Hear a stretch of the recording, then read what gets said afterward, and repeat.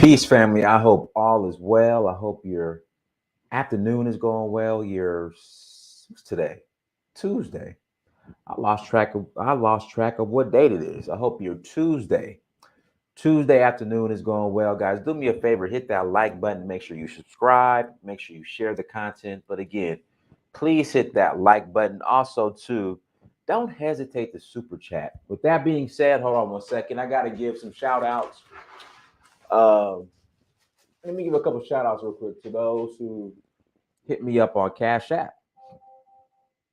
Let me give a couple shout outs to all those who hit me up on Cash App. Give me a second, but guys, do me a favor, hit that like button. Also, please share and subscribe. Hold on one second. Let me pull up the Cash App. You know, a couple of y'all hit me up on Cash App, and I appreciate it. Thank you so much for the love and the support. Shout out to hold on, wrong button. What's this? No, that's not it. Shout out to Leslie Jackson. Shout out to Gary Green. Shout out to brother Quincy. I appreciate it, man. Thank you for the Cash App love offerings, as my grandma would say, love offering. So I appreciate the SK Akubulan. I would tell Dynasty to bring them back on. I thought only Black America liked the country, but oh no, those guys got to the point with the Kenyan. Why do you hate us so much? So again, shout out to them. And again, shout out to them for the actual. Put my watch back on. Shout out to them for the Cash Apps. I appreciate it. Thank you so much, brother. Thank you so much, brothers. I appreciate and sisters. Thank you for the Cash App. Shout out to Just Nita, Just One Nita. Thank you for joining. Thank you for joining. But again, guys, do me a favor, hit that like button. Make sure you share. Make sure you subscribe. Listen, I got a new mic. I just gotta, crank this thing up one day. I'm gonna crank this up one day. Get it all set up. Like I plan on setting up a little studio up in one of the bedrooms upstairs that I don't use. So, I'm gonna set up a studio up there. A little not really a studio, but we're gonna stream. I'm gonna start streaming up there. I just gotta get it all set up and get it all together. So we're gonna be doing that pretty soon. Shout out to Darian, shout out to Caesar. Aurora Mary, Prince Dynasty, you have to bring back those guys from yesterday. You know what? We will. We'll do another show later on Kenya and Somalia. We'll do another show on Kenya and Somalia. We'll do another show on that. But guys, couple things. E5's dope shirt. Again, the E5's dope shirt available at ilamir.com. Again, available at ilamir.com. So make sure you go to ilamir.com and grab your gear. Again, go to ilamir.com and grab all of your gear. I greatly appreciate it. Appreciate the support. Again, go to ilamir.com and grab all of your gear. Also, too, tour still rolling to Sierra Leone, November 20th through December 3rd. Citizenship is available to those who qualify. Again, still rolling to Sierra Leone, November 20th through December 3rd. Citizenship is available to those who qualify. And then Nigeria, we are rolling to Nigeria. Again, we are rolling to Nigeria in August for the Oshun Festival. So next month, we're rolling to Nigeria. If you're interested in rolling, visit Danfo, DANFO.Africa. Again, Danfo, DANFO.Africa. Visit Danfo.Africa to learn more. Again, visit Danfo.Africa to learn more. And with Sierra Leone, like I said, citizenship is available to those who qualify. Again, citizenship is available to those who qualify. I appreciate y'all. Love y'all. Thank you for joining us. Today's topic I know a lot of my African immigrant family, not just African immigrant family, but also some of my family in Africa. You guys love our politicians. You love our politicians. You love Obama. I don't know why you guys are obsessed with Obama. Again, I don't understand why you guys are obsessed with Obama, but some of y'all just love Obama too much. Even after what he did to Libya, even after what he did to Libya, some of you all still love Barack Obama. I don't know why, but you guys do. To the point, when I first went to Africa in 2011, I went to Tanzania, they were calling me Obama. When they found out I was a black American, they were calling me Obama. And it's overall, it's all about just sometimes the obsession with Western media and Western culture, specifically Black media, Black American culture. Yeah, they were calling me Obama. When I first went to Africa in 2011, they were calling me Obama. They loved Obama and they loved Tupac. Again, they loved Obama and they loved Tupac over when I first went to Africa. I mean, they loved Tupac, Obama, Tupac. Yeah, dear mama, dear mama. That's what they're saying. Yeah, Tupac. Yeah, dear mama. I love that song. I love that song, brother. Dear mama, mama, mama, dear mama. Tupac, Obama, Tupac. They love Tupac and they love Barack Obama for some reason. That was when I was in Tanzania. But if you studied it's the obsession with Western culture. That's when I was in Tanzania. I'm talking about they love Tupac and they love Tupac, Obama. And like they didn't even know the words to the song, but they was just like, dear mama. They was like, mama, mama. Like, okay, all right, all right. But they was trying to sing Dear Mama. Swear to God, they was running up to me, Tupac, Obama, and they start singing Dear Mama, Mama. That's all I do, Mama. It's like, all right, okay, all right, yeah. But they love Tupac and they love Barack Obama, right? In fact, during the Liberian Civil War, all those little all the soldiers, they would get geeked up, smoke, and they was listening to Tupac. They would get geeked up, they would smoke, and all they would listen to was the Tupac. Yes, Dynasty Mirror is my real name. All they would do was listen to Tupac and smoke, then go out and kill each other, unfortunately. Again, and they go out and kill each other, unfortunately. But then even somebody to look at that Americanized part in his head. Yeah, I mean, I'm Black American.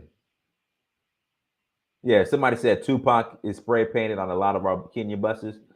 Yeah, like I said, they love Tupac. Love Tupac. Love them.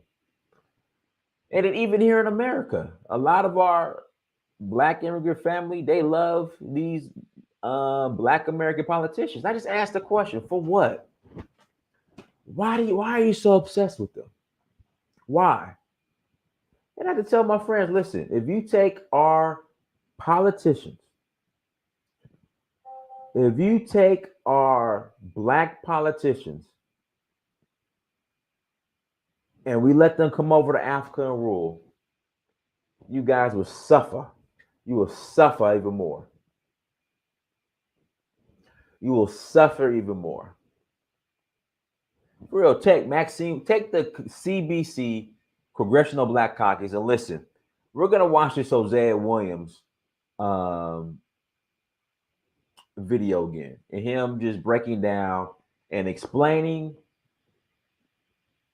these black politicians, how they're worthless, how they sell out, and how everywhere you go in Black America, where all the Flora Shaw, her and her husband named Nigeria. Everywhere you go in these black democratic strongholds, the situation's getting worse. Black people aren't doing good. We are worse off. Okay, with all these black politicians that have been elected, I think over 7,000. If you look at the numbers, we are worse off now than before integration. We are worse off now than before integration. I've been in Atlanta off and on since 2000. Again, I've been in Atlanta off and on since 2000. I've been in Atlanta, the so-called Black Mecca. Like I tell people, Atlanta is white corporate owned, black managed. Again, Atlanta is white corporate owned, black managed. And I've been saying that, some people thought I was crazy. Then when I played the Hosea Williams video, he was saying this 30 years ago. Again, he was saying this 30 years ago. Atlanta is white owned, black managed. And if you look at Atlanta, black folks have been complaining about the same stuff. Gentrification. We're getting gentrified out our neighborhoods. You know, we ain't got no money. We need more jobs. This, that, and the other. But Atlanta calls itself it has been labeled the Black Mecca. But again, with all this complaining, how can it be a Mecca? How can this truly be a Mecca with all this complaining? With all this black power? You know, these folks will say, black folks run Atlanta. You know, black folks run Atlanta. Like I said, Atlanta's white corporate owned, black managed. Period. That's what it is. All right. And if you look at the reality of Atlanta, the situation, what's really going on, crime out of control, homelessness, black folks still crying that we ain't got no affordable housing. I told them this years ago. Ain't no such thing as affordable housing. Affordable housing is gone. All right. Now, if you're a single mother, if you're over the age of 60, they might have something for you.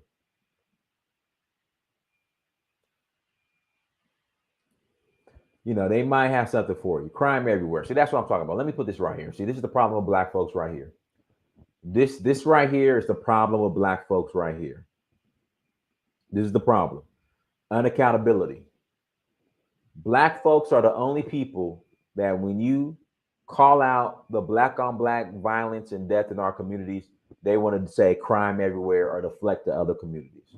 No other community does that. All right, Hispanics don't do that. No other communities do this. Just black American communities.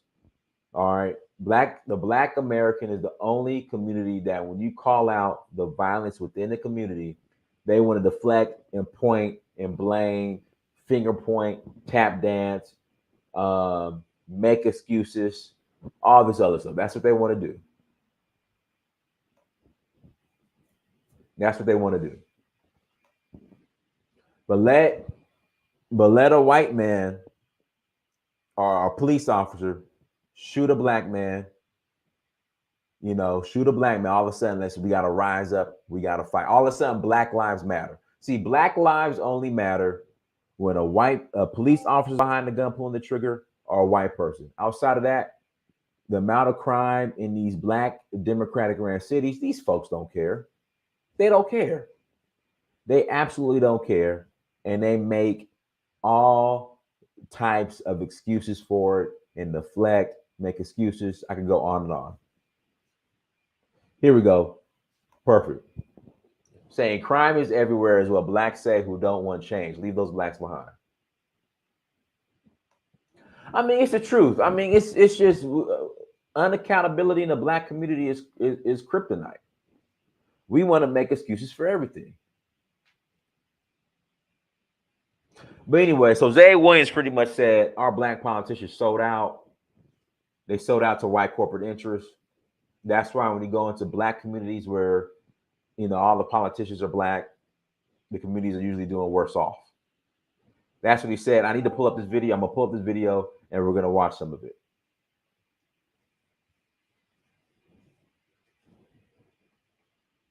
Drugs, crime, you know, all of that. Typical Democratic ran city. But folks want to say, well, other communities do it. They do it in other communities. They do it in other communities. Yeah, I live in Atlanta. I live here. I live here. I live in Atlanta. Here we go. Shout out to Sim Police Academy in the chat room. But hey, let's guys, I want to pull up this video again. We got to watch this again because Brother Hosea was just breaking it down this whole video. Hold on one second.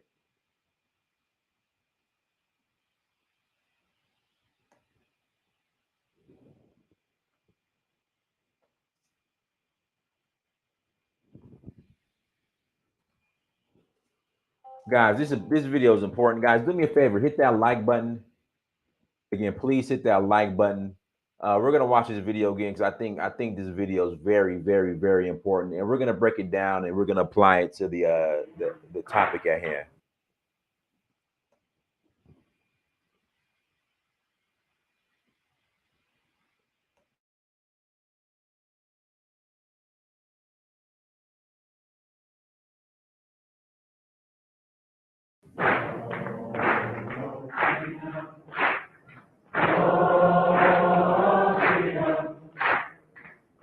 I was at Morristown College.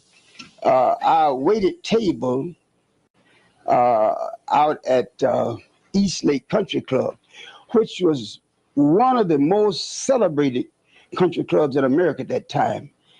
And I was aware of the racism. We used to get off right here on the corner, off the bus. If you got off that bus, you was black, you went to one of three places. You went out to East Lake Country Club to work, or you went in the back of some of these white folks' house to work, or you went to jail.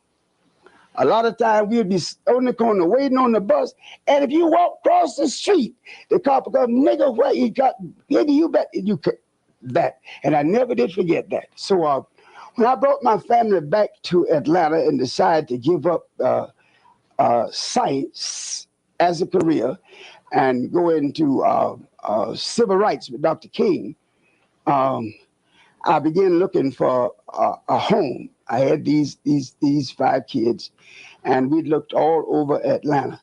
What had happened here was that there was a big family conflict in the house that I purchased. It was only one other black that lived on this street, and that lady sold me that house for a price you'd never believe. It was really tough. The guy in this house, behind the house I purchased, he would call us niggas all day long. I remember one day he hollered at me. I had my wife, and I was a lover of yards. I had the most beautiful yard, flowers. People coming from miles around just to look at my yard, ex-farm boy. And I remember one day he hollered at me. He said, "Hey, nigga." And I had my wife in church. I did yard work, and my wife said, please don't let him get to you. "Hey, nigga." And ain't you that nigga Jose? So I finally looked up and I said, "Yes, sir, I am that nigga." All right, somebody came with the solutions question. Dynasty, do you have any solutions for the things you speak on in the urban communities in Atlanta? Nope, I have no solutions at all. I don't have any solutions. I don't have any. I don't have not one solution. Not all. I don't have any solutions. Don't have any. I don't have any solutions. And listen, the reason why I don't have any solutions, you had John Henry Clark, Amos Wilson, Malcolm X. Hey, I don't agree with them. The Nation of Islam on everything, but the Nation of Islam.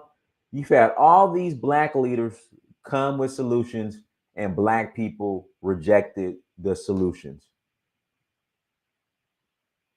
So yeah, like I said, I don't have any solutions. I ain't got nothing. Shout out to Hosea. Shout out to Hosea Williams. All right, let's go back to the and shout out to Brandon. Thank you for the super chat, brother. All right, let's go back to the video.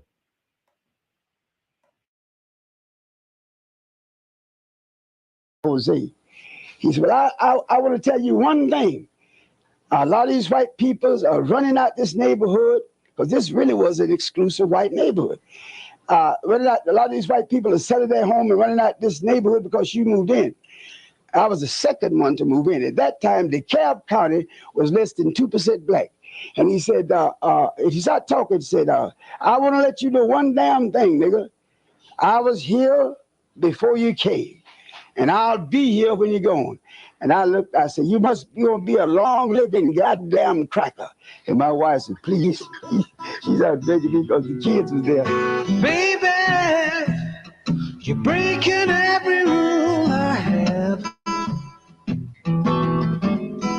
What happened was, when they built East Lake Meadows out here, and people tried to get me to fight East Lake Meadows at that time. And I couldn't fight them because they were poor people. They're building these projects. But they put out here 900. They built 990 units. So guys, East Lake Meadows was one of like most notorious housing projects on the planet. Again, it's one of the most notorious housing projects, dangerous, violent housing projects on the planet. Not just America, on the planet. Now it's completely gentrified.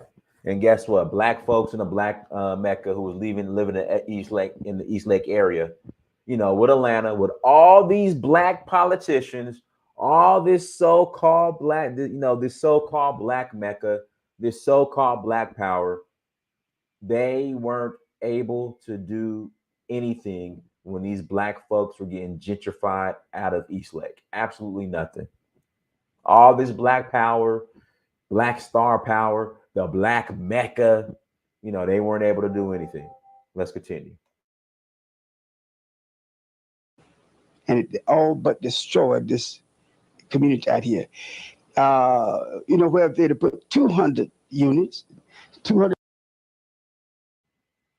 And hold on, like Brandon said, as soon as Negroes left East Lake, the crime rate dropped. Again, as soon as Negroes left East Lake, the crime rate dropped. Buckhead around, we would never known they were there.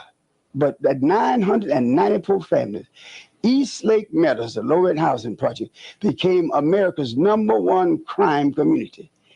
And it pretty much destroyed our community. Now it's really being revived, and I don't think nothing can stop it. It's become now, again, is becoming one of the most celebrated neighborhoods, in these houses selling for what is just totally unbelievable now.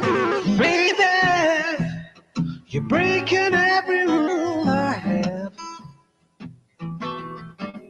I never believed that because I didn't see how one could be viable and relevant in civil rights and in politics at the same time. That's why Dr. King never would even think of accepting any type of a political position. But after getting into Atlanta and black... Listen to what he said. He said that's why Dr. King would not accept any political position. Because trying to be for civil rights and politics, you just can't do it. That's why I hear all these black politicians say they can't do nothing for black folks. Again, they say you can't do nothing for black folks. Because again, civil rights and politics don't mix.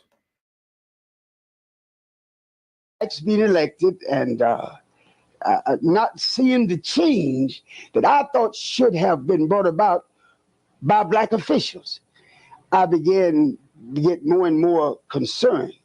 So I ran, the first time I ran, it was just a protest because this white candidate was endorsed by blacks over another black. And I ran as a protest candidate, and it was amazing the little money I spent and the large amount of votes that I received. So I finally decided after a while out here that I would challenge our state representative. He was very, very popular, supported by big money. And I ran the first time as a write-in candidate and did fairly well. But the next go around, I ran as a candidate, and I defeated this gentleman and ended up spending 10 years in the Georgia State Legislature. And I was convinced, I was there that long, that one of the greatest political enemy of black people were the elected black officials up there selling out. And one day I remember that. Listen to what he just said. One of the greatest enemies of black people was the elected black official selling out. Again, listen to what he just said. One of the greatest enemies to black people is the elected black official selling out. So if you expect, my African family, that these black politicians over here in America are going to do anything in Africa, you're smoking that narcotic. We passed the bill. It was an insurance bill.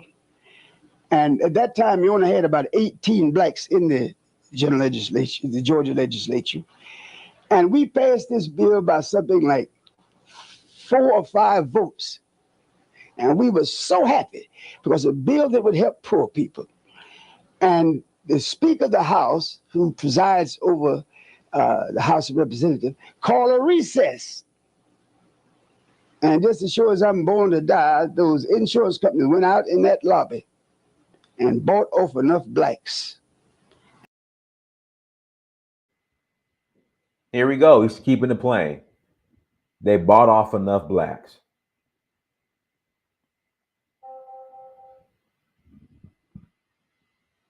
They bought off enough blacks. Guys, do me a favor. Hit the like button. Again, please hit that like button. Again, please hit that like button. And we went back in session.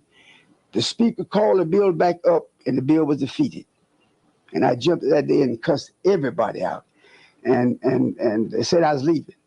And I resigned from the Georgia State Legislature. Somehow or another, I got the feeling that I could make a sizable contribution by being a member of the Atlanta City Council. And so then I ran for the Atlanta City Council. And really, I found big Uncle Tom's of the Atlanta City Council. Then I left up at the state legislature. So I gave that up. And a real conflict came out here. I only had one person on the DeKalb County commissions. And that commissioner was imprisoned. And I ran against the black candidate that the white power structure had chosen. And I defeated him, which made me the only politician in the history of Georgia, and that stands today, that have held all 3 positions. I was a city council person. I was a county commissioner, state legislature. No other politicians ever been able to do that in the history of Georgia. Also, I'm the only person in the history of Georgia have won a political position in the state legislature from prison. Baby, you're breaking every rule I have.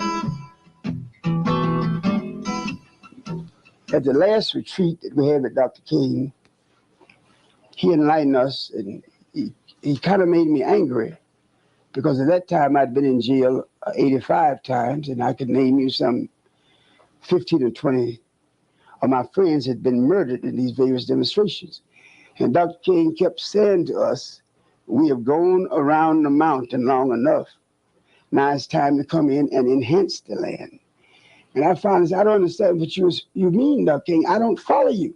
I get the impression you're saying, out of all the beatings and the jailings and the blood spilling, all of the civil rights activities, we've only been on the perimeter of this civil rights movement. And he said, Hosea, you held it long and I thought you could, but that's exactly what I mean. And he went on to say that black people in America will never, never be free.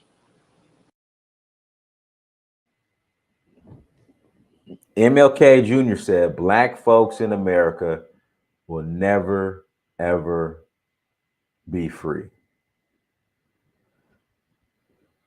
Listen to what he said.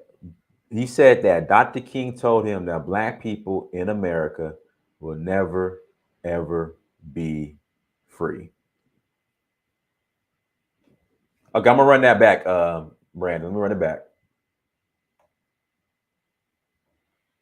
One political position in the state legislature from prison. Baby, you're breaking every rule I have. At the last retreat we had with Dr. King, he enlightened us, and he kind of made me angry, because at that time I'd been in jail 85 times, and I can name you some 15 or 20 of my friends had been murdered in these various demonstrations. And Dr. King kept saying to us, we have gone around the mountain long enough. Now it's time to come in and enhance the land. And I found this, I don't understand what you mean, Dr. King. I don't follow you. I get the impression you're saying, out of all the beatings and the jailings and the blood spilling, all of the civil rights activities, we've only been on the perimeter of this civil rights movement. And he said, Hosea, you held it long and I thought you could, but that's exactly what I mean. And he went on to say that black people in America will never, never be free. Never. Just by wiping out racism. If black people wiped out every vestige of racism in America and totally integrated every... Guys, my bad. I have my other speaker on. I forgot to mute myself. Let me rewind it. I apologize. Let me rewind it. Sorry about the echo. Let me rewind it. Sorry about that. Sorry about the echo. Some 15 or 20 of my friends had been murdered in these various demonstrations.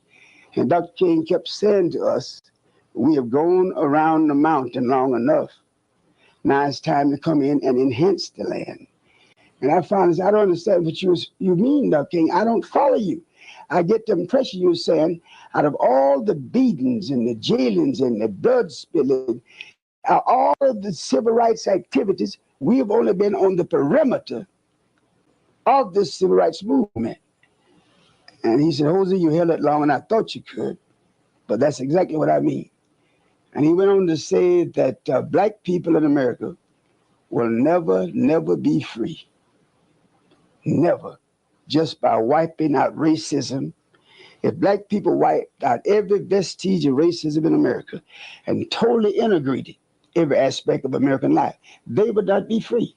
If black people will never be free, and he said it with such an emphasis, until we control our fair share of the economy, that our society was economically driven.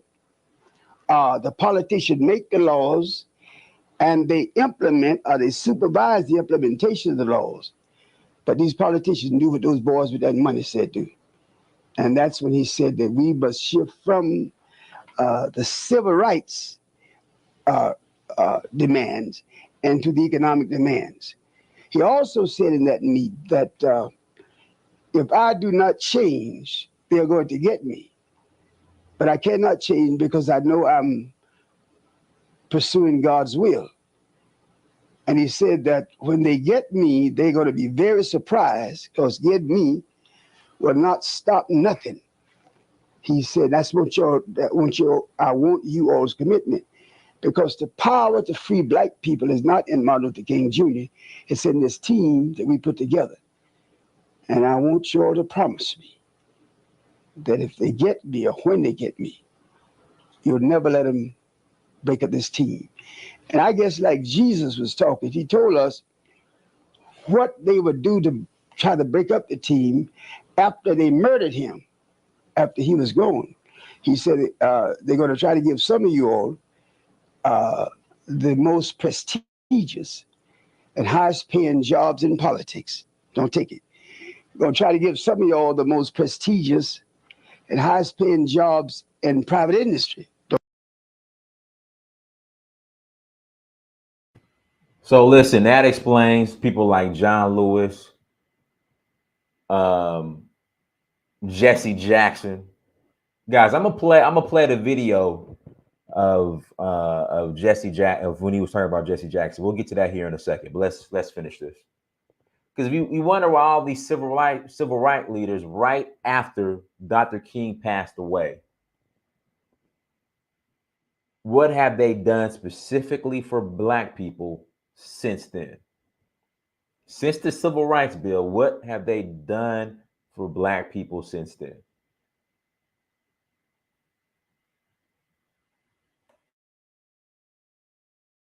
Don't take it.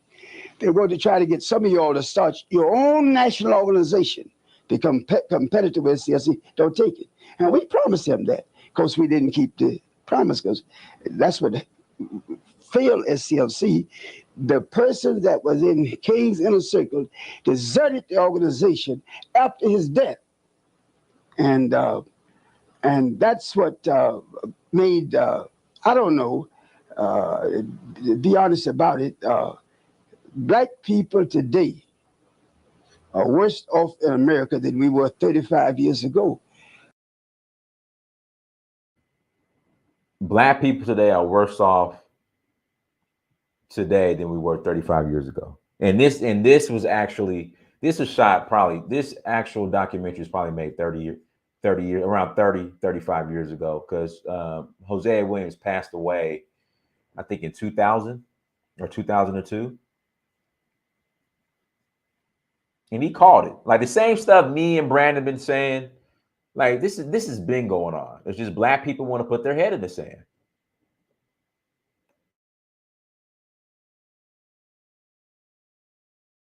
Jobs in private industry. Don't take it. They're going to try to get some of you all to start your own national organization, become competitive with CLC. Don't take it. And we promised them that. Of course, we didn't keep the promise because that's what failed SCLC. The person that was in King's inner circle deserted the organization after his death. And that's what made, I don't know, be honest about it, black people today are worse off in America than we were 35 years ago. Because not only have we not gained our fair share of America's economy, we have lost control of the economics of our communities. And that's across this country, not just in Auburn Avenue. It's true in Holland. It's true in Boston, Washington. And it's been amazing to me that the white power structure obviously came to their senses and said, stop repressing them, stop rejecting them, open the door and let them come on in. And black people unwisely throughout this nation went out through white America and spent all of our money. It was just a job. King died, they started job hunting. Exactly. And the point I'm trying to make, once again, FBA ADOS, whenever you guys sit here and say, oh, these immigrants, they come into America, they partner with white supremacy. Listen, black ADOS FBA have been partnering with white supremacy ever since we showed up on them boats and got off the boats in Charleston or Virginia or wherever. So we can't get mad at black immigrants for doing the same thing that FBA and ADOS been doing times 20.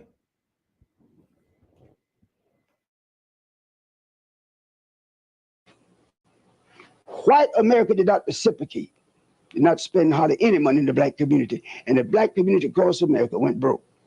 That's what happened to Auburn Avenue. And it's really pitiful that the blacks that we got in office, in many cases, they became the house niggas, product of the white power structure, which resulted in them becoming a bigger enemy to the people, just as big an enemy, in some instances more enemy to the people, than their white predecessors. And that's why today it really hurts me. The number of people died, black and white, getting us the right to register and vote. And the vote turned out to be such a negative to us. Evidence of that after we got the voters' bill and had scope and did all the registered people to vote. They elected a black mayor in New York, a black mayor in Chicago, a black mayor in Boston, many cities. And today, they all again have white mayors because those blacks got in office and sold the black people out and became. Blacks got into office and sold the black people out. Listen to what he said. Blacks got into office and sold the black people out. Well, if you check, like in Atlanta, where they elected all these black officials, it only resulted in economic growth for a black clique, the black upper class, the black few. The masses became more poverty-stricken than they were under the white politicians. So it's been the hell of a tragedy when so many people bled and died to give us the right to vote. And the vast majority of the blacks that we voted in office became a puppet for the white power structure. Baby, you bring it. The vast majority of black politicians that got elected became puppet masters for the white power structure. So what do you guys think these same black politicians will do if they go to Africa? It'll be worse.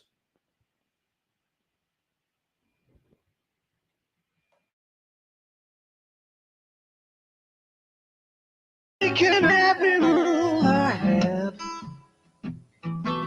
I really believe when Maynard Jackson first took office, I really believe he had good intentions. But after he got in office and served 4 years, he and his associates became money thirsty. And the elected officials of Atlanta began to feed the black community economic crumbs. That major money went to those white establishments. And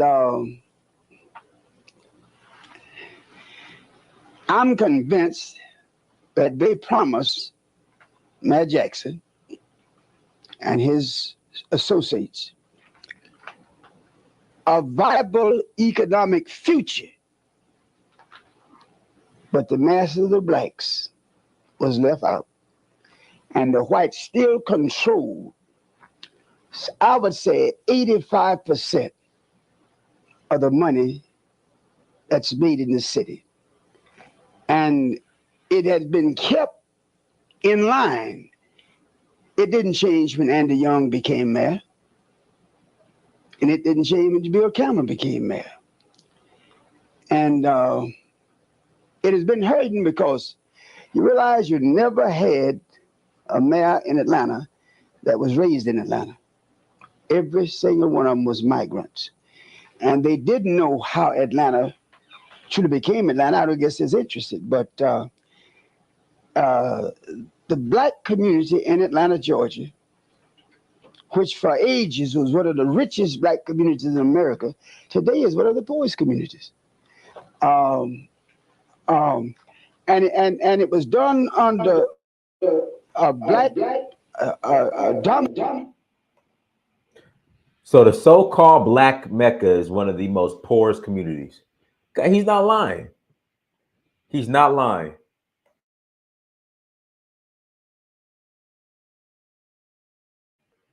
Guys, do me a favor. If you have not hit that like button, please hit the like button. All right, let's tweak this algorithm. Hit the like button. This is very important information. Again, do me a favor and hit that like button. Yeah, my bad. So when I turn the video back on, I'll mute myself. But do me a favor, hit the like button. And yeah, this needs to be heard. We're gonna watch this video over and over and over again.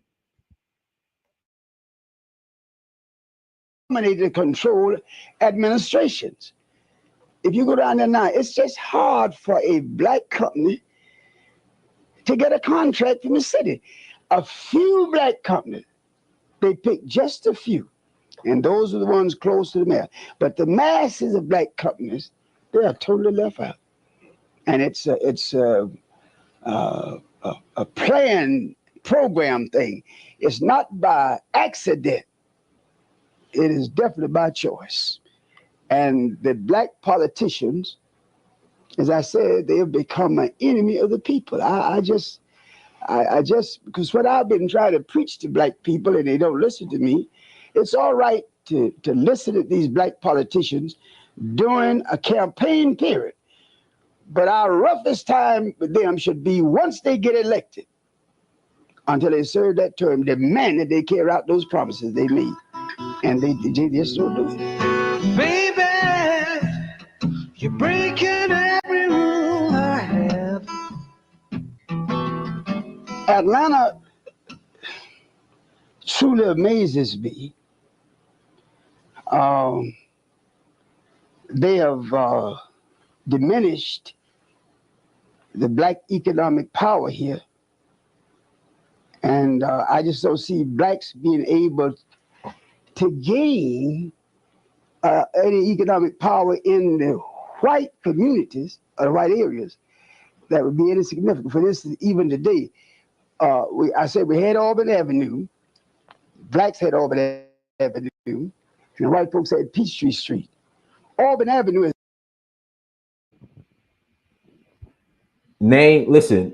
Name one skyscraper that's black owned on Peachtree.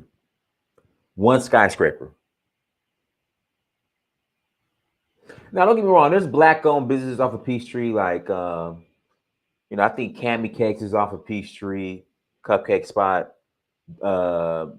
Big Al's Butter Burgers. I think that's what it's called. Is off of Peachtree. So you have some black businesses off of Peachtree, but name the skyscrapers or major developments, industrial parks, whatever, black-owned off of Peachtree.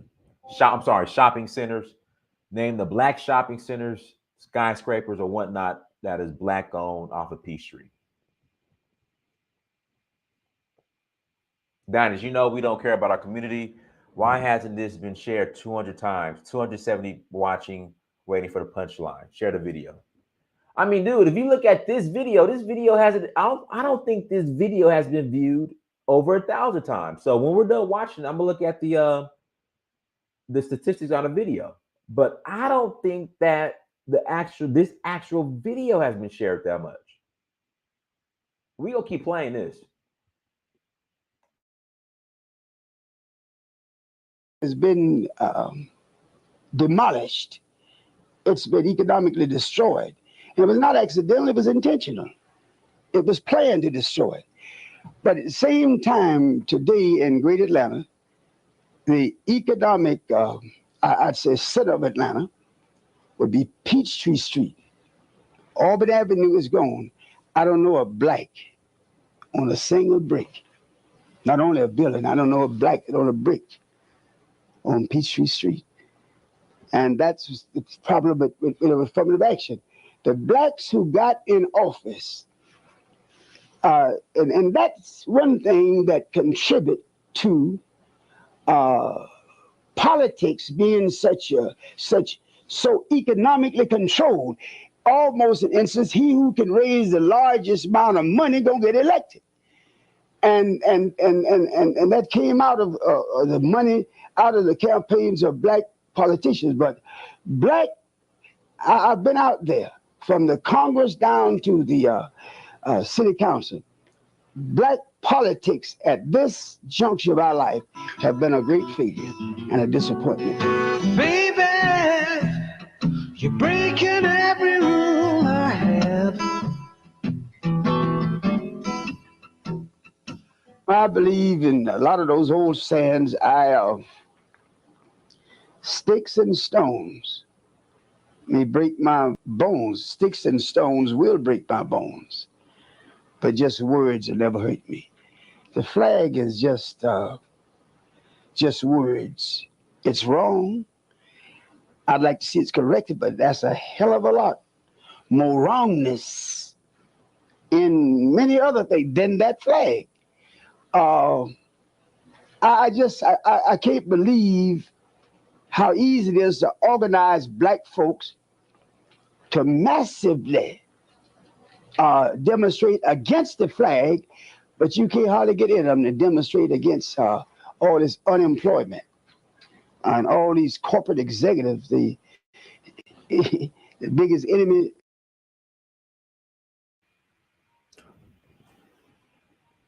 Hold on now. We can't get black folks to organize to stop and address the issues in our community. But damn it, when it comes to Roe versus Wade, we ready to rise up. When it comes to unemployment, affordable housing, all these issues that I hear are the terrible schools, all these issues I hear black folks complain about in Atlanta, we can't organize. But damn it, when it comes to Roe versus Wade, we ready to go to war.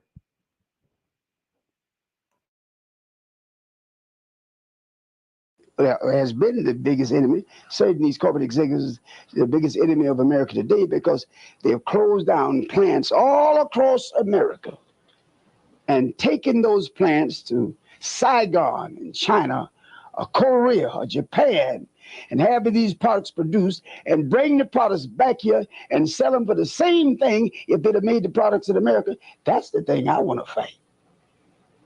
I want to fight. Prisons are just, it's unbelievable how young men and young women don't have much of a choice other than to violate some law. They go to prison, they're treated like hell, they come out, they're right back in prison. One of the programs I'd like to start has been really worrying me. These young men come out of prison with these felony convictions, and they can't find a job nowhere. They give them $25 and one suit of clothes, and they're about ready to go back to jail in 24 hours. But it's really sad how America is lying powerless companies like China to destroy the viable economics of America. Baby, you're breaking every rule I have. I'm happy because all through history, individuals that made viable, relevant contributions, the vast majority of them was never realized until after their death. I probably receive right now more credit. I probably got 500 awards around the country. So I'm one of those Christians that believe that my gratitude will come to me once I'm dead and gone. I'm not worried about what they say about me here. I'm going to do what I believe is right and godly, irregardless what they say about me. You know, in this town here, they used to say I was the greatest thug. I was the biggest gangster. I was the biggest alcoholic ever walked Atlanta streets. Well, they really began to understand now it was nothing but prosecution. They was because I couldn't be controlled. And in Atlanta, one of the things, there were two things that Dr. King wanted to do before he died. And he seriously, he said racism was an international fact. And the only way you could deal with it is deal with it internationally. So he wanted to get all the African leaders to meet with the American leaders, and let's have a battle plan to confront racism. The other thing Dr. King wanted to do to lead a movement in his hometown, Atlanta, Georgia. He never was able to lead a movement in Atlanta, Georgia. Every time we found a reason to come to Atlanta, like we went to Birmingham, like we went to Chicago, Savannah, Selma, every time he found a reason to come to Atlanta, the black leaders would get together and write him a letter and tell him, we do not want you in our town. His father signed one or two of the letters. And that's when Dr. King, after he was murdered, I promised him in his grave, I was going to lead a movement in Atlanta. So I became the demon of the century.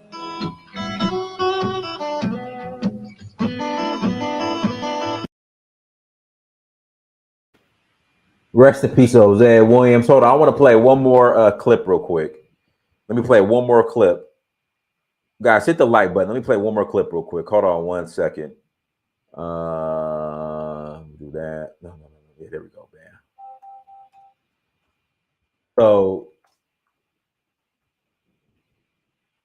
just like how in Africa, you guys got your what's his name, Blaise Compaoré, the guy who killed or was involved in the shooting and killing of Thomas Sankara, and you got Mobutu, who was involved in the killing and assassination of Patrice Lumumba. Let's listen to Hosea Williams. I'm not saying nothing. I'm just going to play Hosea Williams when it came to MLK Jr. I'm not going to say nothing. I'm just going to play the video. Hold on 1 second.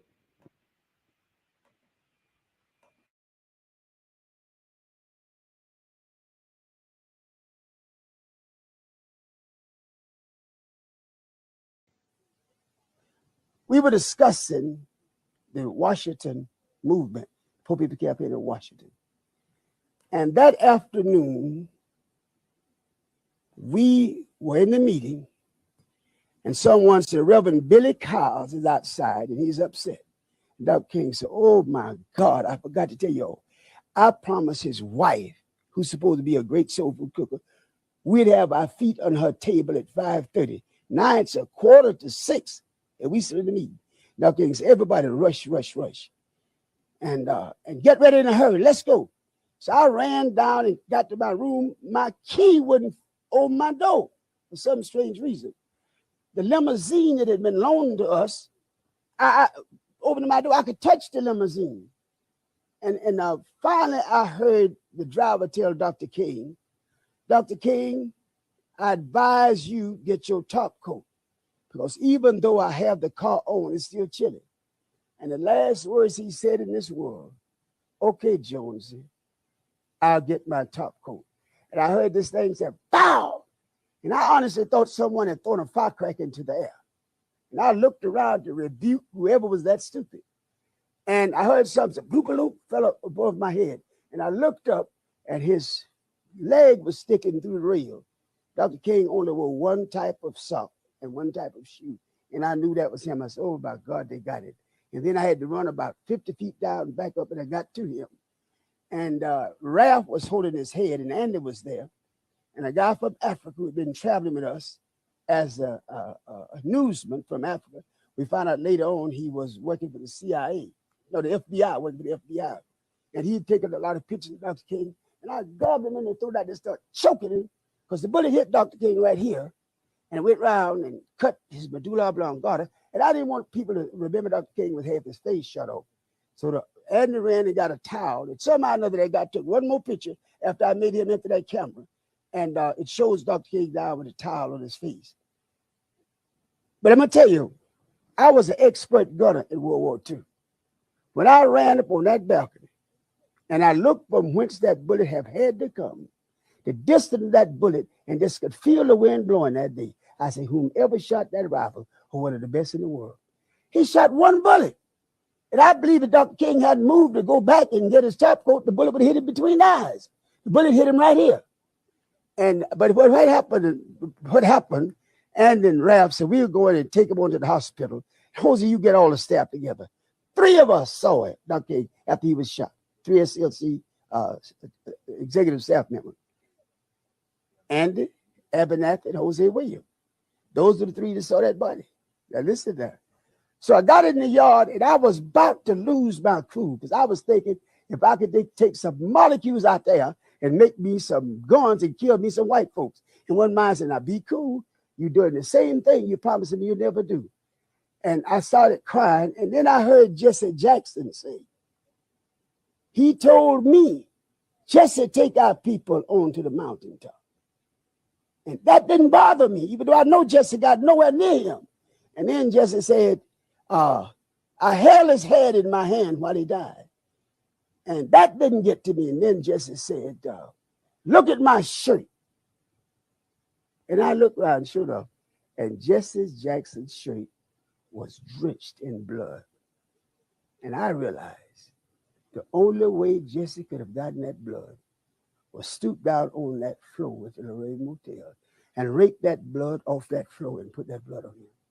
And I went crazy. I really tried to kill Jesse. They grabbed us and all that, but that hurt me so bad. The other thing was, when Abernathy came back, says, no need of prayer, no need of cry, no need of nothing. He is going, it's over. He's going to glory. And we called the meeting, the staff meeting, and Jesse claimed to have been ill. And Abernathy told him, Jesse, go ahead to the room and relax. Jesse had to have run like hell that room into that airport because he got out of Memphis to Chicago. All us feeling, everybody was still in the motel. Cut the televisions on the next morning. That was Jesse Jackson in Chicago with that same bloody shirt on, telling that same lie. I've never respected Jesse since that moment. And get his top coat, the bullet would hit him between the eyes. The bullet hit him right here. But what happened, and then Ralph said, we'll go in and take him on to the hospital. Hosea, you get all the staff together. 3 of us saw it, Dr. King, after he was shot. 3 SLC executive staff members. Andy, Abernathy, and Hosea Williams. Those are the 3 that saw that body. Now listen to that. So I got in the yard and I was about to lose my cool because I was thinking if I could take some molecules out there and make me some guns and kill me some white folks. And one mind said, now be cool. You're doing the same thing you promised me you'll never do. And I started crying. And then I heard Jesse Jackson say, he told me, Jesse, take our people onto the mountaintop. And that didn't bother me, even though I know Jesse got nowhere near him. And then Jesse said, I held his head in my hand while he died. And that didn't get to me. And then Jesse said, look at my shirt. And I looked around, sure enough, and Jesse Jackson's shirt was drenched in blood. And I realized the only way Jesse could have gotten that blood was stoop down on that floor at the Lorraine Motel and rake that blood off that floor and put that blood on him. And I went crazy. I really tried to kill Jesse. They grabbed us and all that, but that hurt me so bad. The other thing was, when Abernathy came back, says, no need of prayer, no need of cry, no need of nothing. He is going, it's over. He's going to glory. And we called the meeting, the staff meeting, and Jesse claimed to have been ill. And Abernathy told him, Jesse, go ahead to the room and relax. Jesse had to have run like hell that room into that airport because he got out of Memphis to Chicago. All us feeling, everybody was still in the motel. Cut the televisions on the next morning. That was Jesse Jackson in Chicago with that same bloody shirt on, telling that same lie. I've never respected Jesse since that moment. When they shot Dr. King, a black guy come running around that corner saying, he went that way, he went that way. James Earl Ray no more killed Dr. King and I killed him. And everybody knew it. He was a Apache set up. And the guy said, went that away, went that away. I said, who went that away? He said, that man ran out that building and dropped the rifle on the sidewalk and jumped in a white Mustang, had a red Alabama tag and took off. Well, hell, I wasn't worried. That's no car in America look like a Mustang, but a Mustang, a white with red Alabama tag. Where's he going? The police have him like that. And I asked that rifle was left on that sidewalk. That was the rifle that James Earl Ray had purchased, but that was not the bullet that killed Dr. King.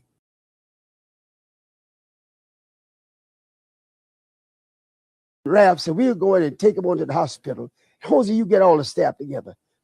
And it shows Dr. King down with a towel on his face. But I'm going to tell you, I was an expert gunner in World War II.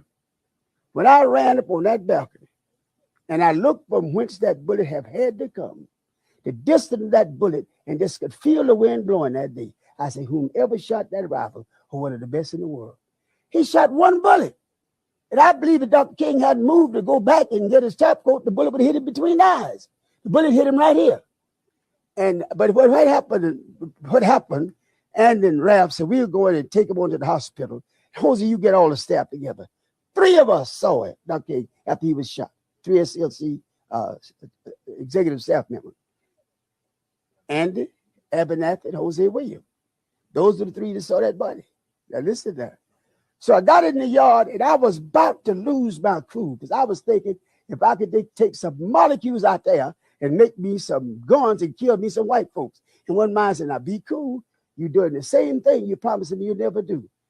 And I started crying. And then I heard Jesse Jackson say, he told me, Jesse, take our people onto the mountaintop.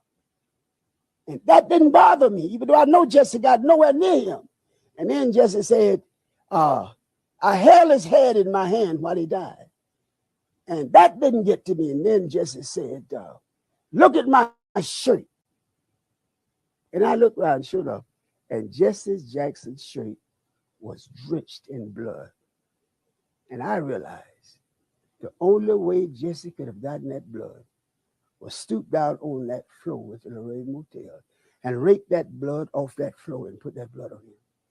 And I went crazy. I really tried to kill Jesse. They grabbed us and all that, but that hurt me so bad. The other thing was, when Abernathy came back, says, no need of prayer, no need of cry, no need of nothing. He is gone. It's over. He's gone to glory. And we called the meeting, the staff meeting, and Jesse claimed to have been ill. And Abernathy told him, Jesse, go ahead to the room and relax. Jesse had to have run like hell that room into that airport because he got out of Memphis to Chicago. All of us feeling everybody was still in the motel.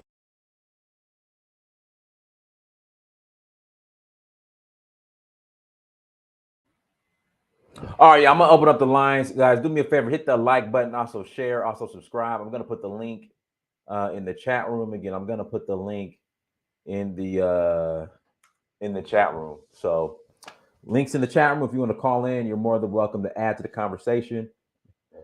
Excuse me, links in the chat room. If you want to call in, you're more than welcome to add to the conversation. Again, link is in the chat room. I'll put it in again. I'd love for y'all to call in. I'd love for y'all to call in.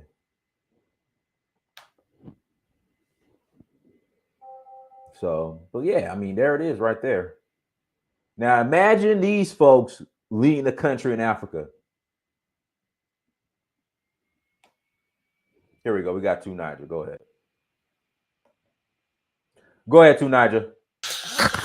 Yeah, I didn't even see the whole thing, but all I can tell you that I've heard just now is very, very, it's something that you should expect anyway. That is something that we tend to do to each other, and this is why I keep saying the people themselves need to open their eyes. In Nigeria right now, many of our people are just all about, oh, the savior, this guy is going to be. Look at what Jesse Jackson just did with Martin Luther King. He just usurped the guy's whole message, and he was technically a phony. You can't trust these leaders. You don't know. We don't know where they are from. Nobody is a saint. We have to be careful when we are putting our trust in anybody. And man, I don't know where this video was. I don't know why people didn't know more about that. What the guy Well, was. one second. So let me share this. So this video, okay. So this video has only 2,000 views. The one I just showed you. And it's Oh been my online god. for over a year. And then the first video I played has only 16,000 views, and it's been online for 7 years. You Oh know, my god. so this video's been out. It's been out there. I saw this video like last year. I watched it like maybe in fact a couple years ago. I saw this video and I was like, "Whoa!" But I mean, to Niger, it don't matter, bro. It like I'm telling you, How do we? How does one to overcome Niger. this? These listen. So I posted this video. Um, I forgot in the chat, and black folks started to missing Hosea Williams. I'm like, whoa, whoa, whoa. Is he saying what is what? Okay, the message. What he's saying is it wrong? And they just blew it off. Tunaja, these folks don't care. They don't care. Tunaja, they don't care. Yeah, the thing you see, when I see this sort of things, it makes me a little bit. I don't know whether I would call it desperate or depressed, because you see situations that should be hopeful, and you see how these people have managed to contort it and mangle it in such a terrible, ugly way. And what Jesse Jackson did, because this man sounds very, very truthful, I have to admit. We gotta say allegedly did. We just Yes, gotta let's, say yeah, okay, allegedly. allegedly did. And But like he said, Hosea Williams, all these black politicians and our situation is getting worse here in America. What are these black politicians doing? I think it's a global problem. It's not only America. The same thing is happening. I was on a panel yesterday. Somebody was calling a young man like you, or like all of us, calling Europeans European master. He doesn't have any issue with white people coming to our countries to help us. Our people don't understand that they have a responsibility to themselves. We behave like children. We can't keep trusting leaders, and because our leaders, they can be bought off. These people have a lot of money. When they are printing trillions upon trillions of dollars, what do you But think that money is? It's not I'm telling monopoly you, money. and I'm gonna do another. Let me write this down. I'm gonna do another show on this. But why aren't they buying off the Chinese? Like, why aren't they buying off the Russians? You know, why is it the black people globally we just sell out? That is a very interesting question. I think we have to wrestle with the question: how do we get beyond being bought off? That is a serious question, because it could be because the Russians and the Chinese have managed to clear their head and understand that, okay, they have to stand on their own. They are already secure to an extent, so they can have a clear head. They understand these things. But how do you get there from where we are right now? How do you get to a point where your leaders cannot be bought off? What kind of education, what kind of knowledge you need to impact in yourself? What kind of discipline you need to have not to be able to sell out? Because it's a lot of money these people will offer you. If you don't take the money, they will threaten you. And that is something we seriously need to think about. And that's why I actually believe in the movement of the people. Change the people's mind. Because if they know what they want, if any leader comes and tells them otherwise, they will not buy it. An example I always give is, if people believe in a specific religion, can a leader just come and say, you know what, change your religion to Islam? They know they will not buy it, because they already have their mind set on that religion. So if the people in America now, the black American buy into the idea that, oh, you know what, we have to do this and do this. We have to end violence in our community. We have to stop this gender, this thing. If they focus on that, no leader can buy them over. To Niger, they don't want to end violence in the community. Whenever you bring up violence in the black community, they want to say, well, other communities do it too. I mean, the white folks kill each other too. I mean, That's other ridiculous. communities kill each other. That's the deflect.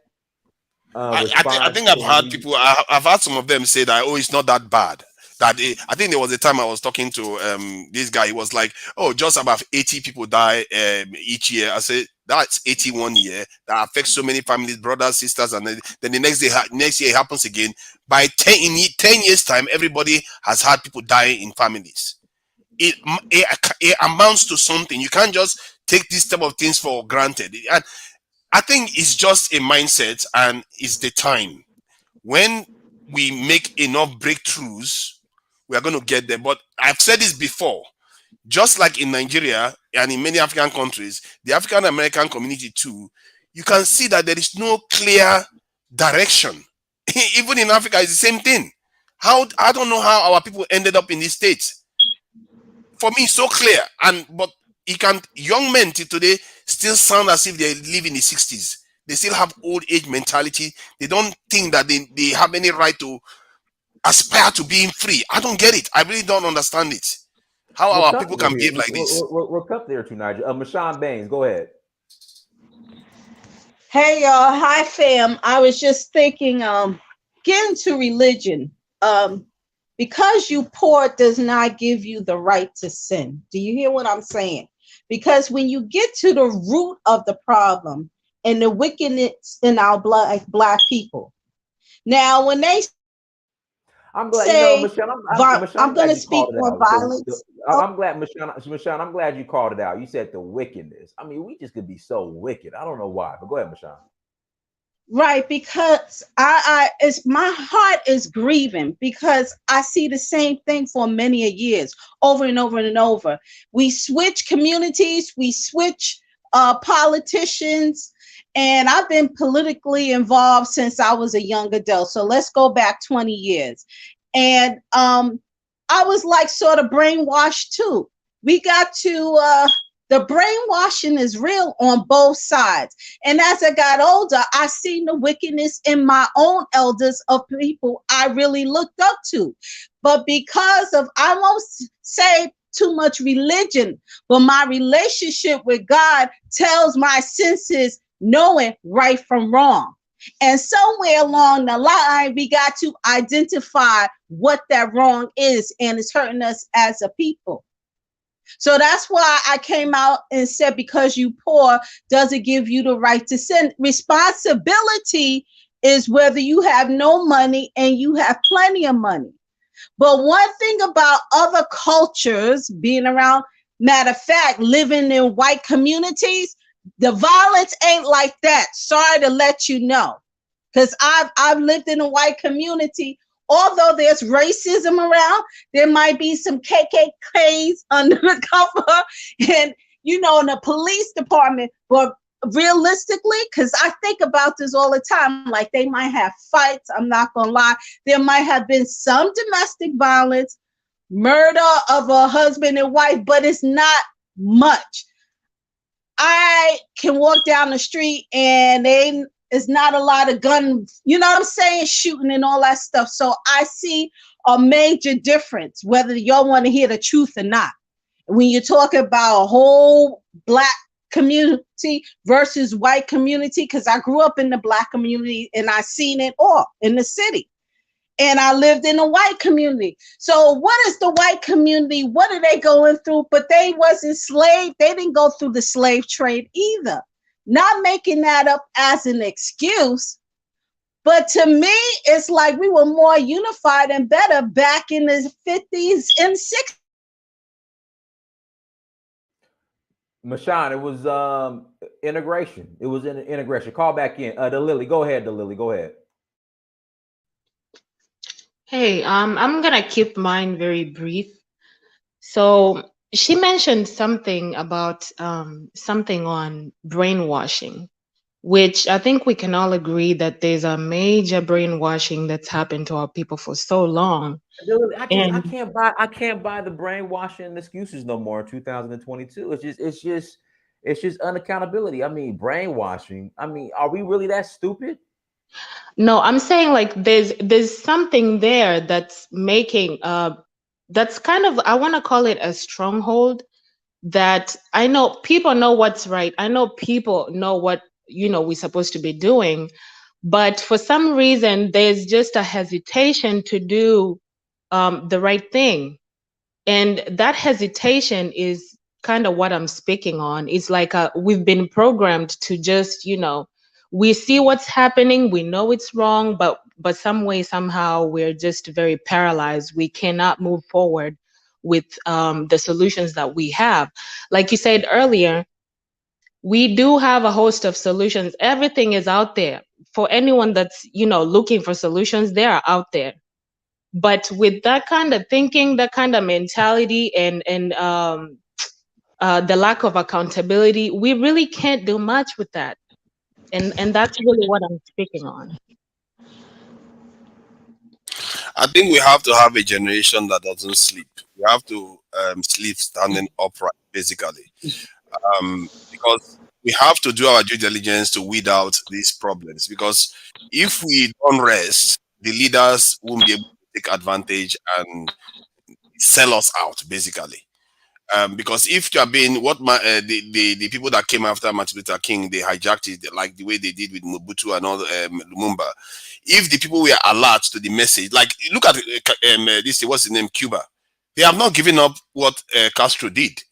So if they were alert, they wouldn't let the legacy that was put in place to be compromised. And I think that this generation has a chance, but we have to be vigilant at all times. And we have not even started. And I thought we haven't even started, because I look at the whole entire this in the spectrum. You don't see any active movement in any area. If anything, they've stepped backward. Because if you look at Magufuli is gone, the Haitian president dead.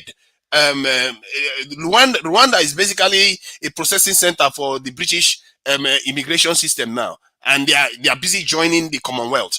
This is like we are receding backward into a colonizing state on the continent, and in the West, the control of the West, this in the Pan-Europeans, is even getting stronger instead of getting lesser, because many of the African American communities now have already bought into the idea that they're going to, blend into the community and become part of the system, even if they don't really have a stake. They don't really own anything. Like Martin Luther King said to that guy, that you need to have economic power. I know what he means, but when he said economic power, he's not talking about Bluetooth headsets or sneakers, or he's talking about real economic power that gives you strategic control of the this in the country. That matters. When decisions are about to be made, you are invited to the table. So far, we haven't gotten there. That scares me, that at this 2022, not much has changed from 1490 something till date. Not much has changed strategically, and that's why I say this generation will literally have to sleep standing upright. Don't have to take on this weakness. Thank you. All right, Abdul, go ahead and unmute yourself, Abdul. Yes, hello everybody in the panel. How you guys doing? Yes, actually, what I was hearing my man saying to Niger is on point actually, because it seems like they're attacking us in all different parts. Like in Africa, for instance, there is a colonialism that is going on there, but it seems like they are fighting so hard to keep the people oppressed so that the people not get the actual information. Those who have the information, they end up dead. People like Magufuli, even we go back to the history of Pan-Africanism. I'm talking about Thomas Sankara, people like Steve Biko, our forefathers, this is a clear sign that we are under attack. And if my people are not actually understanding what's going on, our generation, we need to come up with a solution.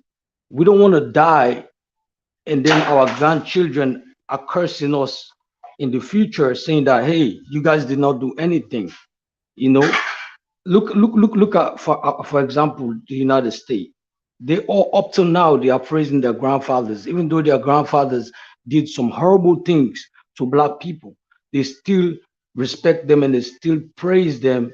That yes, if it wasn't for them, they wouldn't be having a good life today. Our generation needs to leave a mark. We are not gonna go out like that. No, no, no, no, no. We're gonna have to make sure that we wake the masses of the people and let them know what's going on. For right now, the way I look at things, we are in the chopping blocks. They actually planning on depopulating the world, and guess who is on the line? It's us. We are the first one that they're looking for to get rid of.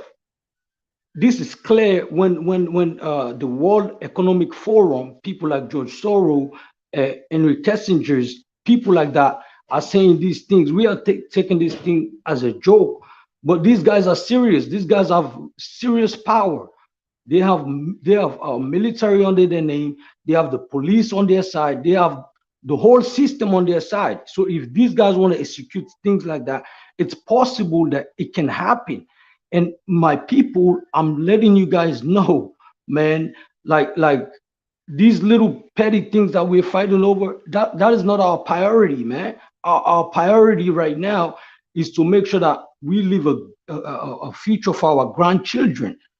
And as at the look of things right now, our, we are the ones who have the power, the financial power, the natural resources. We need to make a good use of it and claim those things, you know, and see what we can do and fix a solid foundation for our grandchildren. This is not a joke. The shootings that are going on in the United States is not a joke. We are seeing these things going every day, every day. I'm calling on all black folks. I'm not trying to say, oh, you FBA, you Jamaican, or you Afro Latino. No, I'm talking about black folks. We know who we are. We know who we are. All these other names that we're calling ourselves is just helping to separate each other. And we thinking about all these little petty things. It doesn't make sense. There is a financial war. There's an economical war. There's I call it mental war against us, and there's a physical war when the police are actually shooting us. This is not a joke. It's very alarming, and someone has to raise the alarm and let people know that the World Economic Forum have hold a meeting, the same kind of meeting like the Berlin Conference when they chopped up Africa into pieces. These are the kind of meeting that they held, and there was no black person in that meeting. And these guys are making these crazy heads are making decisions on our life, talking about they're about to depopulate the world. These guys are saying this thing openly. So if black people don't understand that, like the kind of situation that we are on, then it's a shame. Then we're gonna die as a shameful generation, and our grandchildren are gonna come out and curse us for the rest of our life when we are dead in our grave. That's all I have to say right now. It's very serious. There has to be a class of our people that should emerge that are unbuyable, and that cannot be corrupted. And what I can say about that is that I hope the community lends their support to such people when they show up, because they will show up. And maybe they're already there, and we should elevate them, because these are the people that will have to do the hard work. Because many of the people that like to talk or say all these things, yeah, they have a price, all right. They don't see beyond they will see beyond their interest now and again, but when it comes down to it, they will sell, and then we are back to square one again. So, and I think that class of people that will emerge will be complete purists, and they will have to have a specific mission, and that nothing else matters to what will happen. And they have to, we have to be able to generate such people, and there are ways these things can be done. And if it's not done, it needs to happen, because this idea where we go through politics, we do stuff, and it will fail, because they have all kinds of ways to stop you dead in your tracks. And you will sell either because of a family member, you will sell either because you want the money, you will sell either because they threatened you, all kinds of things. But if you have those are purists, nothing will be enough to buy them, because their mission is singular: the survival of their people. And those ones that are capable of doing this thing, they know themselves. I think somebody said about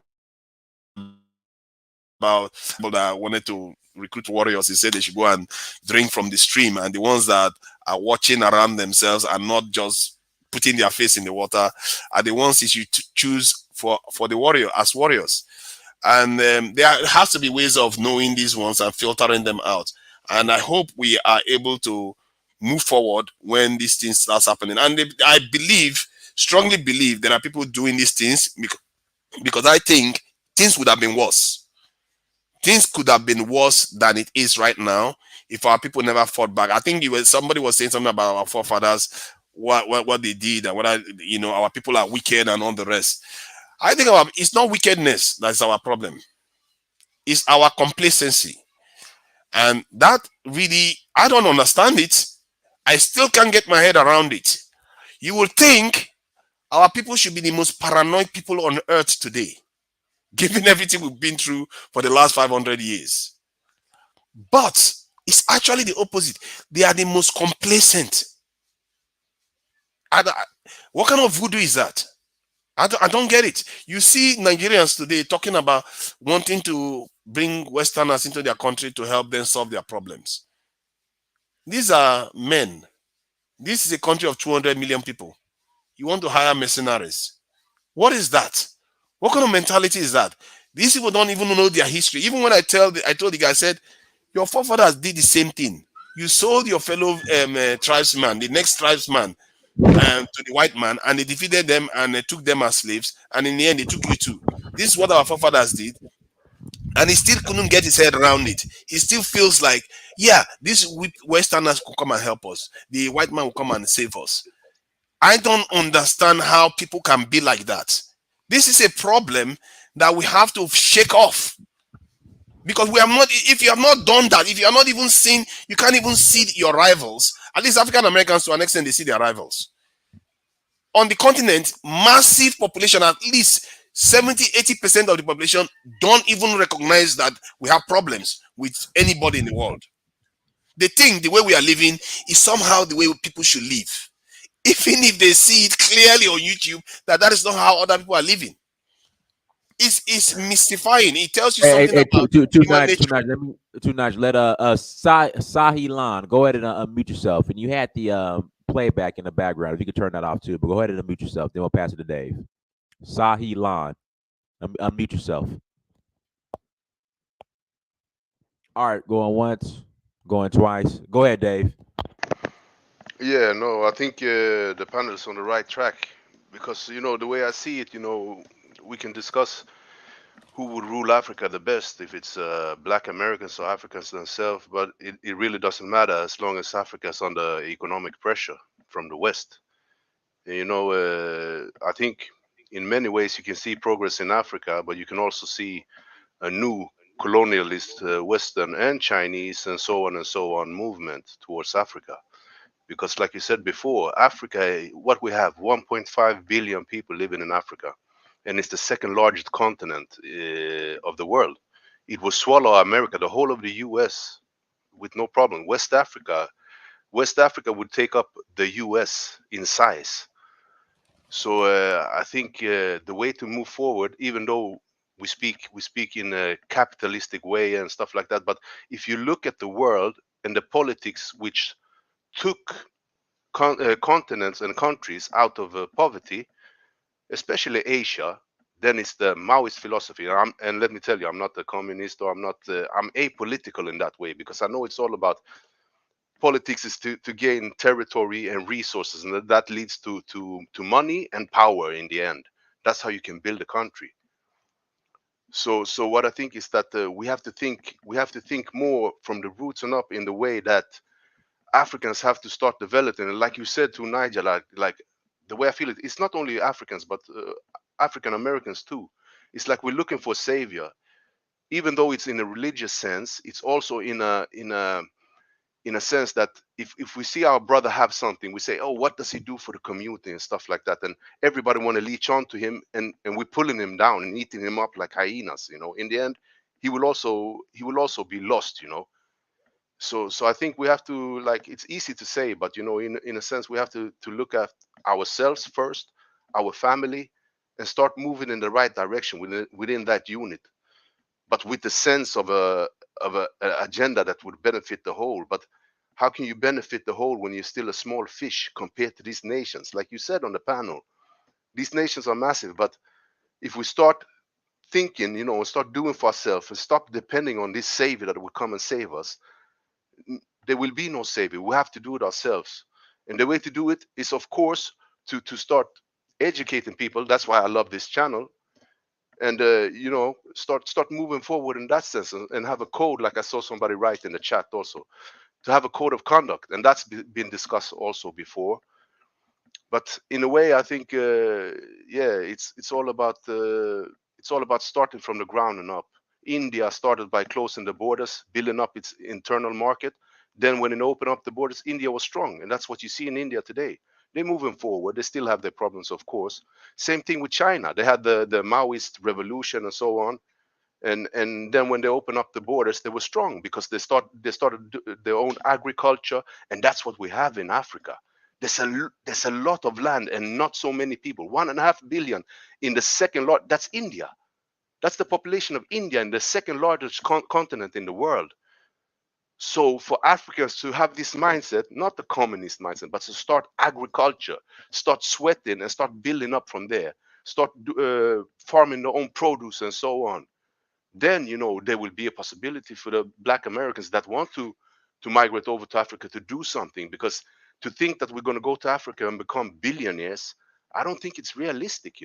Because people in Africa also have the set positions, so to say, from politicians down to the farmer in the countryside. They have their place. So to come from abroad and just have the thinking that you're going to take over, oh, I'm going to do this and I'm going to be a billionaire or a millionaire and start a big factory. Okay, that's positive, but where do you start?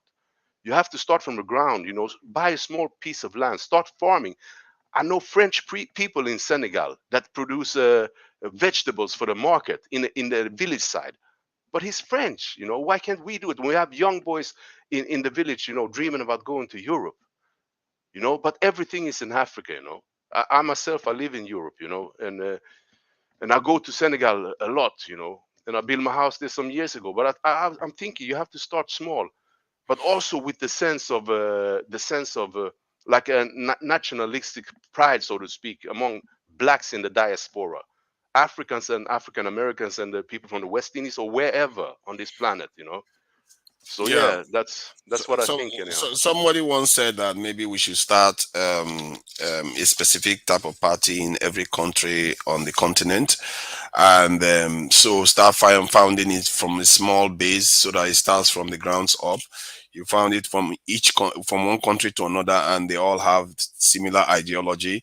Obviously, these political parties and will have different arms. Some of them are more of you know information gatherers that know what people are doing on the continent, while others are educating the people and changing the narrative in discussions. Because an example of that is like in Nigeria now, they are busy talking about, oh, this guy doesn't have a certificate, this one, this one, that one, when they could be talking about how to actually secure their country in terms of this in real solutions, you know.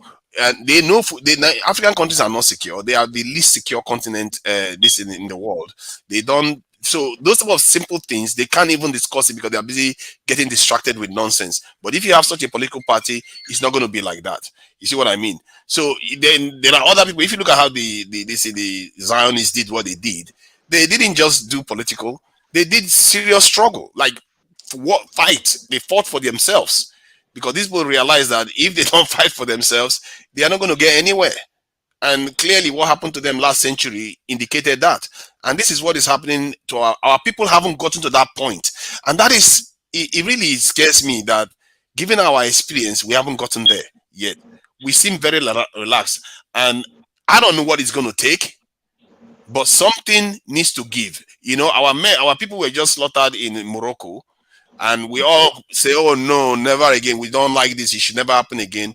Yeah, it's going to happen again because we have not taken responsibility of our own destiny. Until we do that, things are not going to change. I just hope that we start coming up with solutions, because people are talking about things that they can do on the ground to actually move the dial, so that we start becoming more conscious about how to take care of ourselves, because we are not taking care of ourselves as a people.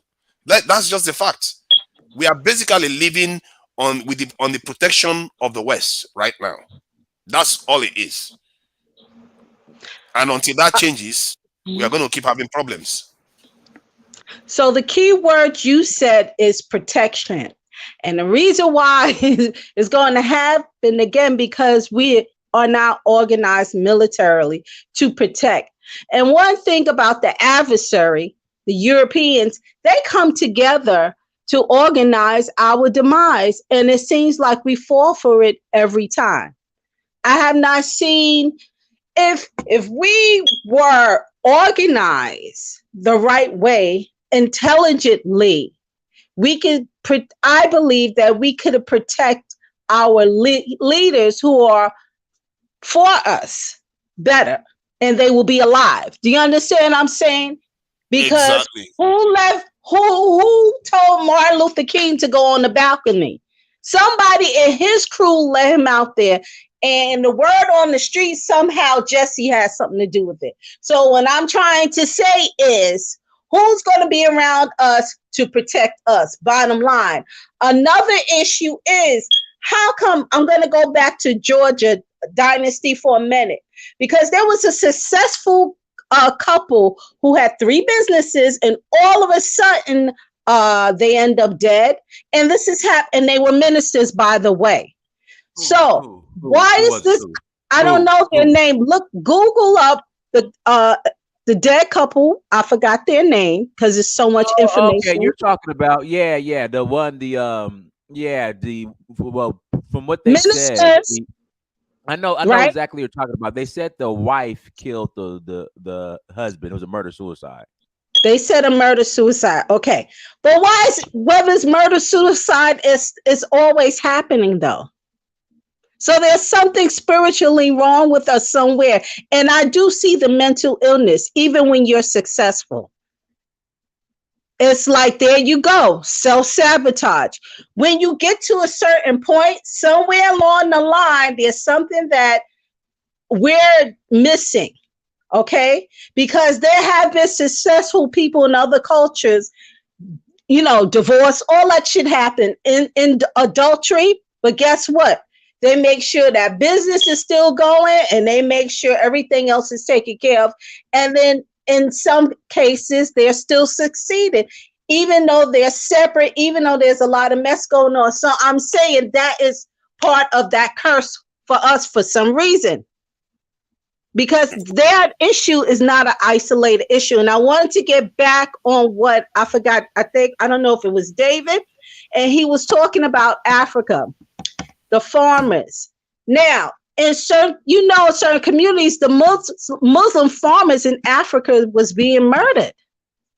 So going back to the military thing, the protection, and there's a woman, which I forgot her name, but it's a documentary of an African woman, Nigerian woman, who has a shotgun, and she goes around trying to protect, and this is a female, to deal with the issue of the murder of the farmers. So just like I said, these UN people, they organize very well. And matter of fact, they use the young people, the children. Remember the children militia, military that was going into each town in Africa, killing, not from the Black Diamond movie. Did you see that? Blood Diamond. But there's other cases where they use them, get a white militant to organize the children to go kill other women and children. And that was the door opener for everybody else to come in. So they're going from town to town, murdering every freaking body. Why is that happening? And then Because go ahead. they are on the ground everywhere, and this is where our leaders go. Our leaders literally go to the UN and say, you know what, come to our country, because they made them do that, and they don't consult the people. The people are completely left out of this the process of all these things, and this is how they get away with it, because they just do stuff and without consulting the people. They call it democracy, but it's not democracy. In Zambia recently, Americans were like coming to put a military base there, and they didn't even consult the people. It's just, if not for some Pan-Africanists that made a big noise about it, we wouldn't even hear about it. And guess what? It's going to go ahead anyway, because the people are irrelevant in the equation. The leaders just sell them out just like that. And this is why I think the stuff has to come from the grassroots, and they have to resist, because the people cannot be bribed. So you can buy a leader, you can buy 2 leaders, you can buy 100 leaders. Are you going to buy the whole population? Good luck with that one. Telling them that if you buy the whole population, technically you're actually growing them. So it will be possible. It's not going to work. So, and that's why I think you have to get the people on side and let them know that they have to make demands. I've seen it happen in Nigeria during the NSAS protests. I don't know how the NSAS protesters did it. They somehow got a list of demands, and the government met all their demands. That is crazy. The government had to meet all their demands, and that told me something about how to get what you want. You have to ask for specifics that you really want done and set the standard, and not let your leaders try to hoodwink you and tell you that they will provide you something else. And this is how they get away with George Floyd being killed the way he was, and no laws, nothing has changed. Nothing was passed to forestall anything like that from happening again, or prevent it from happening. The same stuff they do in Africa. They will say, "Oh, you're going to be our savior. You're going to do this for us," and they will elect you in. Then boom, nothing happens. I've seen even good politicians promise the people something, and it never happens. Since the year 2000, one of the politicians I respected most in Nigeria that has very good integrity, he promised to bring power 24/7 power supply to Nigeria. Till today, is still not there, because there's something going on. But why all the leaders that they killed in Africa and in America, it's not the leaders per se that they're scared of. They're scared of what they can spark. But that takes for the people to wake up. That's what I'm talking about. Like, this is about waiting for a savior. Religion and all is good, but it's personal. You shouldn't try to convince somebody to start a nation based on religion. You should have a set value of rules, and like I said, it's education from the bottom and up. Education about economics and stuff like this. I mean, it isn't a leader can easily be killed. So who's going to protect us? Was Mashon Baines who asked, who's going to protect us? We can't afford to have a leader that we put on a pedestal. We have to protect each other. If we see the leader get out of order, we have to put him in place. That means that all of us have to be a leader, but the one that we put forward is the one that represents us. Exactly. That's what and we protect them. We protect them. We can't keep allowing our leaders to be knocked off. And any leader that comes in place better have second in command, third in command, fourth in command that are worse than them in terms of being more right wing and ready to scorch the earth. Because they would think, okay, if we take this guy out, the next guy in command is worse. So that would discourage taking that person out. And besides, anyway, it doesn't even matter if you have the masses focused and now realize that they have a common enemy. You're not gonna listen. There's no bribery that is gonna work. There's no assassination that is going to change anything. And this is why you are correct to say you have to change the people. And I've always believed in that. Nigerians, they always talk about savior. I said, you people are how Obama says, you are the people you have been waiting for, or something like that. You are the ones you have been waiting for. I tell them, you are the saviors you have been waiting for, and you keep waiting for some other person to come and save you. Nobody will save you, because the way we are right now, our leaders can be bought off. If you don't have specific demands from them, you don't have standards. If you don't set standards, and that's another thing. I think our people fear the responsibility too. Because I fear that I think our Nigerians, especially, I use Nigerians as an example, they fear to set the standard and say, you know what, recruit more soldiers. We have to pay the soldiers. We have to pay our taxes.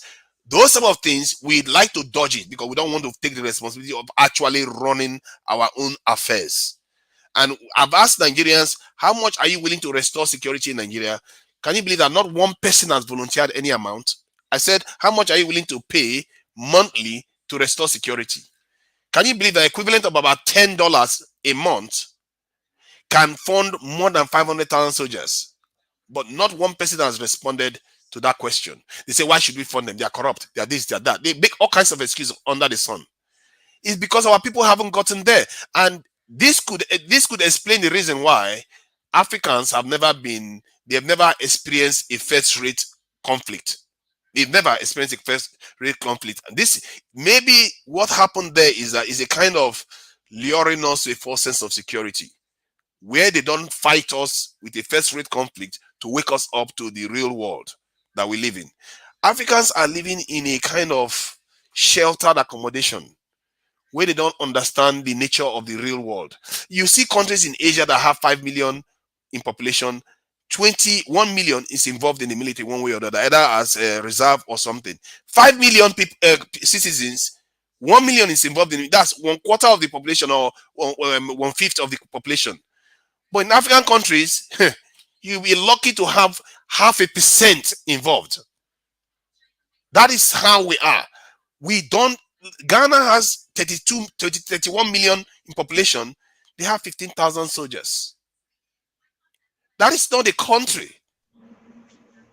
We are not running our countries like we want to take care of ourselves. And this is why all our people overseas are suffering. This is why African Americans are suffering. This is why black people in Brazil are suffering. Because the homeland is completely weak. We have not woken up to our responsibility at all. Even we are talking about government. How about the people? But Niger, I just want to say one thing. How are they able? And then Mashawn, Yes? after you, we're gonna pass. And then after you, we're Okay. gonna pass it to Voton. Go ahead. I just have a question, Niger. How are they able to recruit child soldiers to kill their own people, and y'all can't recruit child soldiers to help your own people? That's all I'm saying. That is a mystery, isn't it? Because the people haven't demanded it. The politicians have sold that. We know the politicians have sold that. They know what they need to do. They know they have the people to recruit people, but they don't want to recruit because they are afraid that they are going to offend their masters. It's clear. Yeah, I would like to say something. I don't know what the lady. There is no other. Yeah, go ahead. Well, hold on, Pat. Hold on 1 second. Let Voton. Go ahead, Voton. Yeah, can you hear me? Hello? Oh. Yes. Yes, go ahead. Yes. Yeah, just to pick up on what the other guys said. The thing is, most of African countries are still relatively young when you compare them to Western nations and even nations in Asia and as far as Southeast Asia. But the thing is, we have had people who have been who came fresh from colonialism, and that mindset hasn't really changed. If you look at many countries in Africa, except probably countries of maybe Anglophone orientation or something like that, they've had some form of democracy, self-governance and stuff like that, but the colonial mindset is still deeply seated.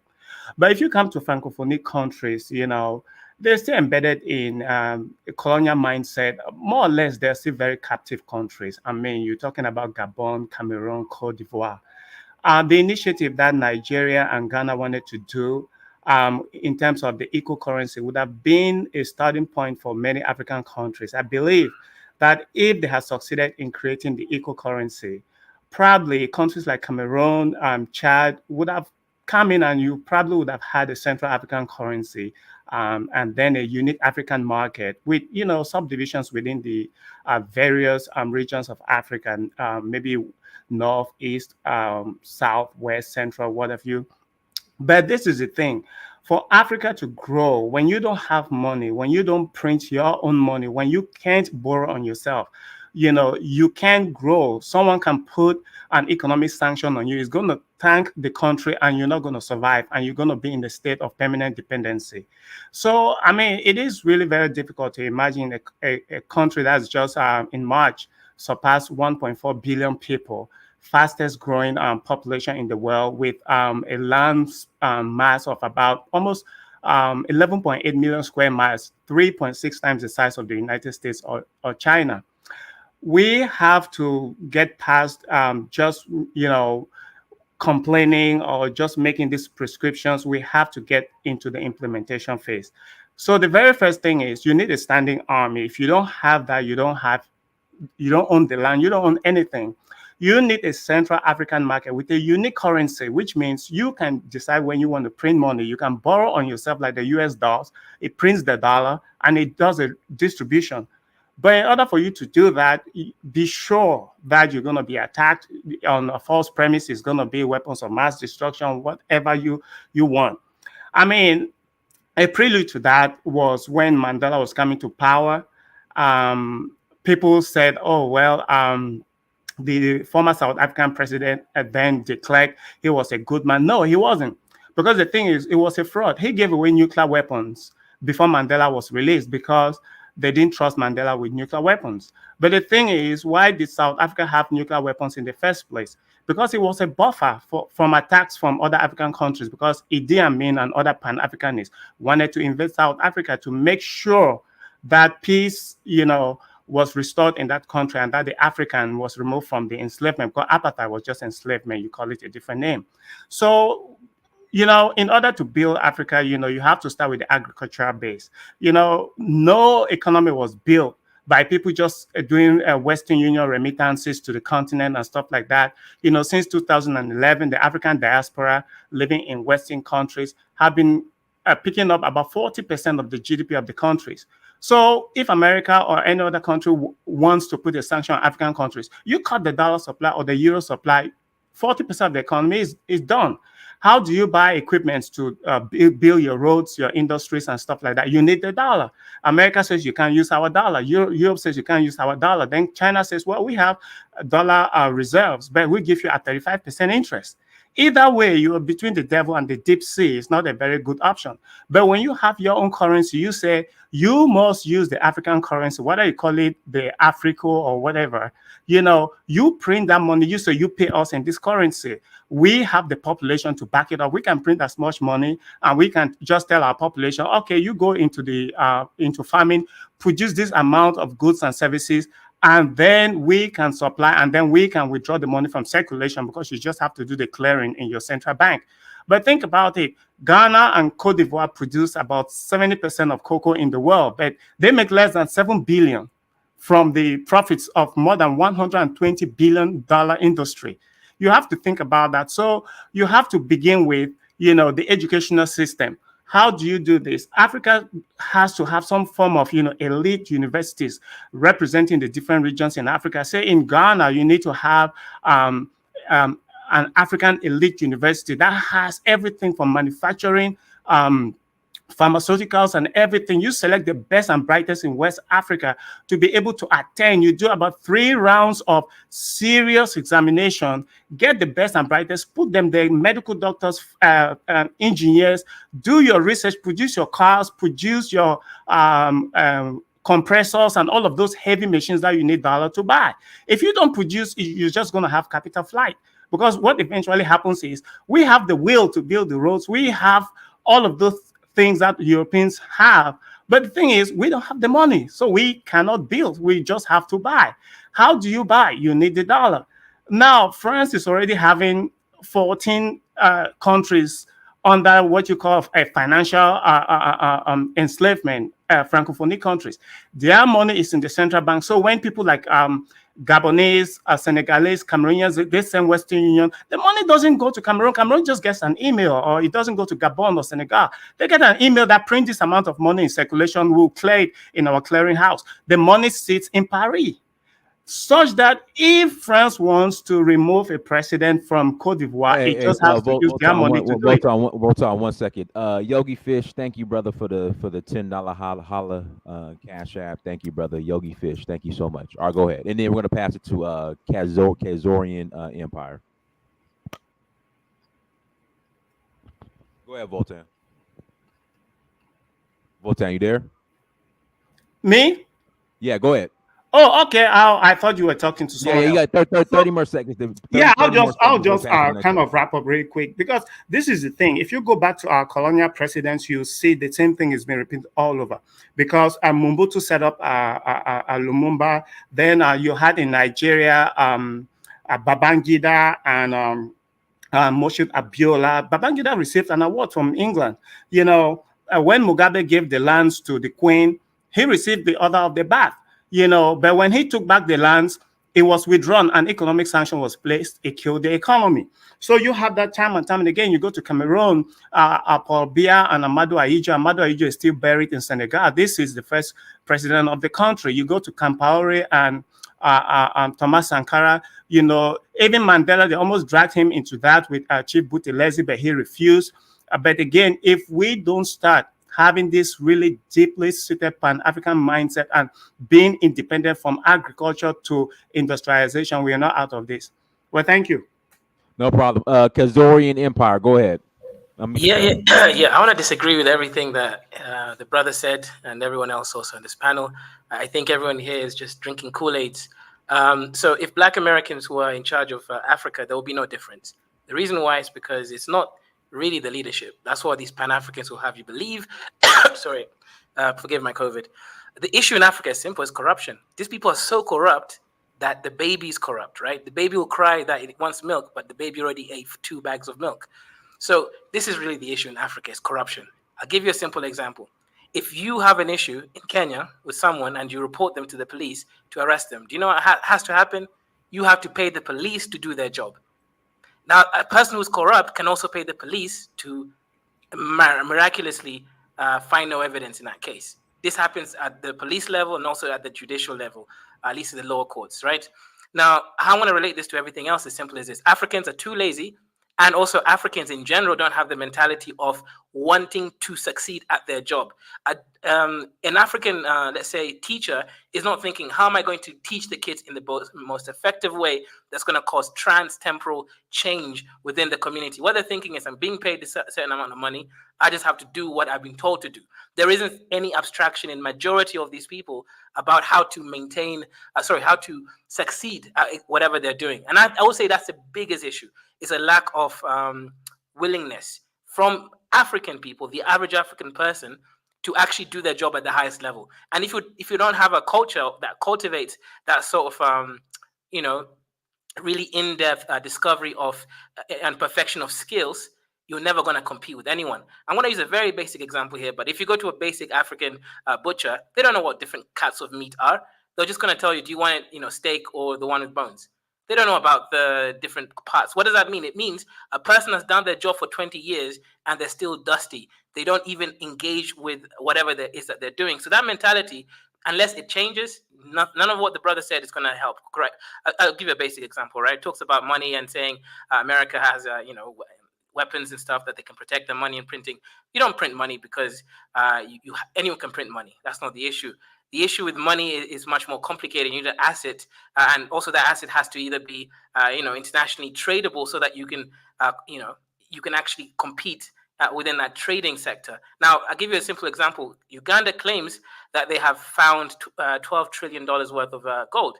Now, the typical African way, let's just say it's true, would be to sell that gold, right? And also all the corrupt politicians getting their piece. But if Uganda was smart, they would look at the gold prices in the last 100 years to now, then they would actually just build a new currency, back it to that, right? Instead of just following what the Kakunas have always said and done.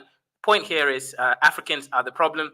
No matter how much you go around having a different leader or different leadership, it won't matter if the average African is a dusty and also corrupt and also not having the willingness to do their job at the highest level. Kezo is trolling as usual. He knows better than that. Come on. You see the aspect of corruption, saying that corruption is the reason why Africa is where it is. I don't subscribe to that. There are bigger causes of these things, and part of it, I believe, is because we have not really engaged the world on an equal level. We've never had a first world conflict. These type of things can lure you to a false sense of security because your people they are hard to wake up to the real challenge that they face. They don't see the West as a problem. That tells you that Nigerians don't think we have enemies. If you go to many African countries, they don't think they have enemies. The only enemies they recognize is tribes within their country. But clearly they do. Strategically they do. And but that is a problem we face. And I think that's what lies behind why our leaders can get away with not recruiting more people into the military. Because if we knew how bad things are, how compromised we are, we would have we'll be running screaming on the street saying we need to secure our borders, because this is dangerous. We have military bases all over the place. Look at this in Kenya. There's a massive British military base there. Kenya it's a They, strong they safe literally country. own a lot of land there. Eh? Niger, let me ask you a question. What's the point there? Because Kenya is a safe country, generally speaking, and there's stability in that region. So what's so wrong about having military bases? Because you're talking about all these dusty countries in the west part of Africa, which is still paying dues to France, right? These countries need, if they want to actually be even remotely independent. Now, I know Kenya's not independent. The only real independent countries are Congo, South Sudan and Somalia, right? The rest of them are all eating from the white man. But the point here is to Niger is what you're saying is irrelevant to the discussion of the table. Is could Africa actually raise itself up and be successful and able to compete? I don't think so, because the issue with you people are focusing on the wrong things. You keep talking about how they're doing X, Y, and Z, and you're not talking about the real issues. Like I've mentioned here, I live in Africa right now, right? I'm actually technically an African at this point. And I've seen how these people are. The average African does not want to do their job at the highest level. That's fact. The average African See, everywhere they do the same thing. Even in the UK here, they will try to pass off this. What you are missing is the ecosystem that they are operating in. The ecosystem is already stressed. In Kenya, there was a lady that boiled stones to encourage her children that there's food coming. Come on, stop it. Let me say, you just had your say. I didn't interrupt you. Come on. There was a lady that boiled stones in Kenya there to encourage her children to go to think that there is food coming, so that they fall asleep while expecting the food, but there is no food coming. Because there is a hold on, can I finish talking?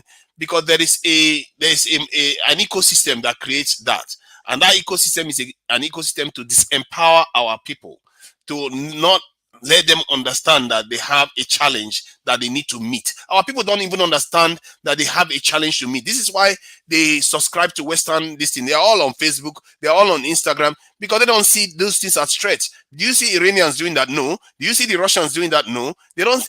We don't see things as threat because those people are not in our faces. All we see is our leaders. And if you keep blaming that is corrupt, is the money that is the issue, then you are mistaken, because the West is also very, very corrupt. No, to Niger, the West is hold on. Guys, do me a favor, hit that like button again. Please hit the like button. Jimmy Scott, go ahead and unmute yourself. Jimmy Scott, unmute yourself. All right, going once, going twice. Okay. African Pioneer, go ahead, unmute yourself, African Pioneer. Hey, Dan, what's up, guys? Hey, what's going on? It's like your sound is like crackling a little bit. Oh, can you hear me now? Yeah, it's crackling though. Like it's crackling. Maybe call. like a white man.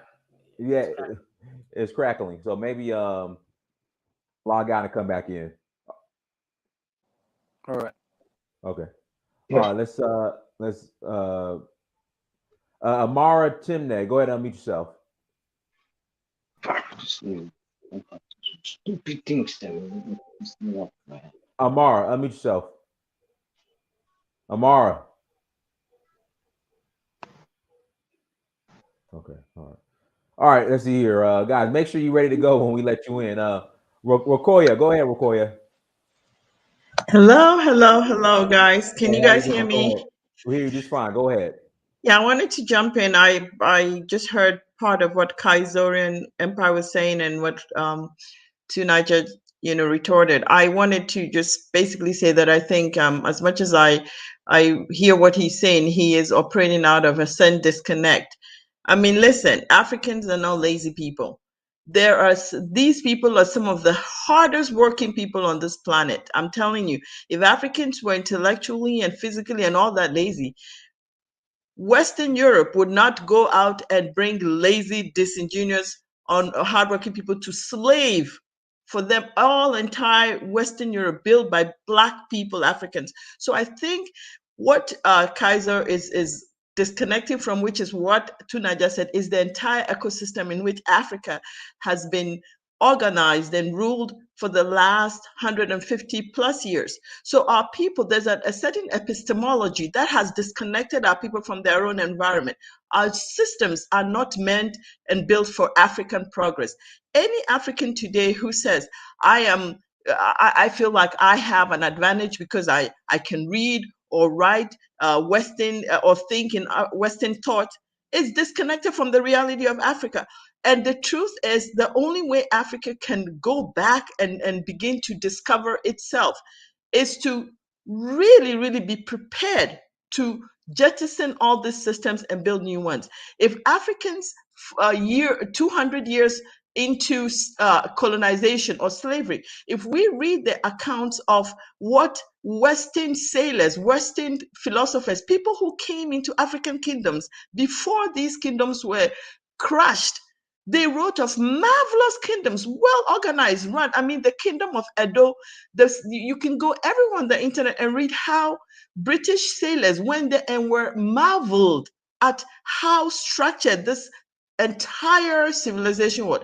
Well mapped cities they had, even before England could think about streetlights. These people had figured how to light their street in the dark with palm oil and palm frond. So I take offense when we just describe Africans in this state of complete confusion. We are in confusion because we are not connected to what is African, what is our place, what kinds of education are we giving our people. There's a certain inbuilt resistance that our people have to Western systems. That's why you put a person in a government job and he does not do it, because he's disconnected from what government is. But when his chief or the tribal king calls for them to show up and do work, they will go and do the work unpaid because their allegiance is to that traditional system. Africans should figure out how we can connect to those systems. And the epistemology in which we are educating ourselves must change. It takes courage, it takes boldness, and it takes truth. But not writing up whole people as not being able to excel. Have you seen African farmers work until their fingers are down to the bone? They do what they know how to do best. We intellectuals who have African thought have to go and challenge them to think. I am done. Thank you. Thanks. Go ahead, to Nigel and Abdul, then we'll pass it over to Adam. As she said, what is happening on the continent is that obviously Nigerians are some of the hardest working. You can see their results outside the continent. This is why wherever they go, they seem to excel, but other than on the continent. The continent is designed to frustrate the people in it. Nigerians, when they go back to Nigeria, they become stressed. The doctors literally say their blood pressure go up, because the system is designed to frustrate the people and shake them out so that they actually go. The best minds, you can't even make it up. The best mind leave the country and go and serve the machine that is crushing them. And if we don't wake up to this reality and start looking for strategies to benefit from the minds that are leaving the continent, like the Chinese did, because these things can be done. It's not like it hasn't been done before. Most of the stuff we need to figure out the continent can be done. It's just that we are not implementing it. Can I just start the Pan-African Bible, right? Nigeria had had the first and only functional steel company in Africa, right? Well, hang on. Nigeria had the opportunity to have Africa's only and first steel company, right? That was functional. Guess what? Because of the dusty, again, don't blame the white man for this. We have one actually. Just in case you don't know, Nigeria has one. Right, it's just the Ajakuta steel that hasn't been completed. Okay, fine, Tunija. We're talking about one second. Tunija, is that Abiyakuta still, or what's it called? Ajakuta steel, plant. That's the one in Ajakuta hasn't been completed, but the one in Alaja is currently functional. Okay. Go ahead. So now what happened is, maybe now they've managed to finally make a very simple technology of steel. But in the beginning, what happened with the Nigerian steel company that made it fail is simple. You had a dusty northern government that wanted to make the refinery closer to them as opposed to closer to the actual resources. Now, this is the issue in Africa. Stop blaming the white man. It's us. We are dusty. We don't think. And Rokoyo, I get everything you said. I agree with like 70% of it. But the point is, like I mentioned, in Africa, if you want something to work, you need to go yourself and pay a police officer to do their job. If you don't pay them, the other person will pay them to make that job disappear. This is the problem. There is that inconsistency, and you're not able to go and actually just get something done. I never called Africans lazy. What I said is Africans don't do their job at the highest ability or the highest level. That's not the same thing as lazy. Lazy means you don't want to do your job. What I said is that they don't know how to actually do their job. There's a culture of decay. Nigerians are very, very, like the Nigerian police, I consider them to be one of the best police, but yeah, they don't want to do their job because they understand criminals more than, because I always say that because they are criminals themselves. You see, they know their job is because they are not motivated to do their job because their salary is not worth them dying for.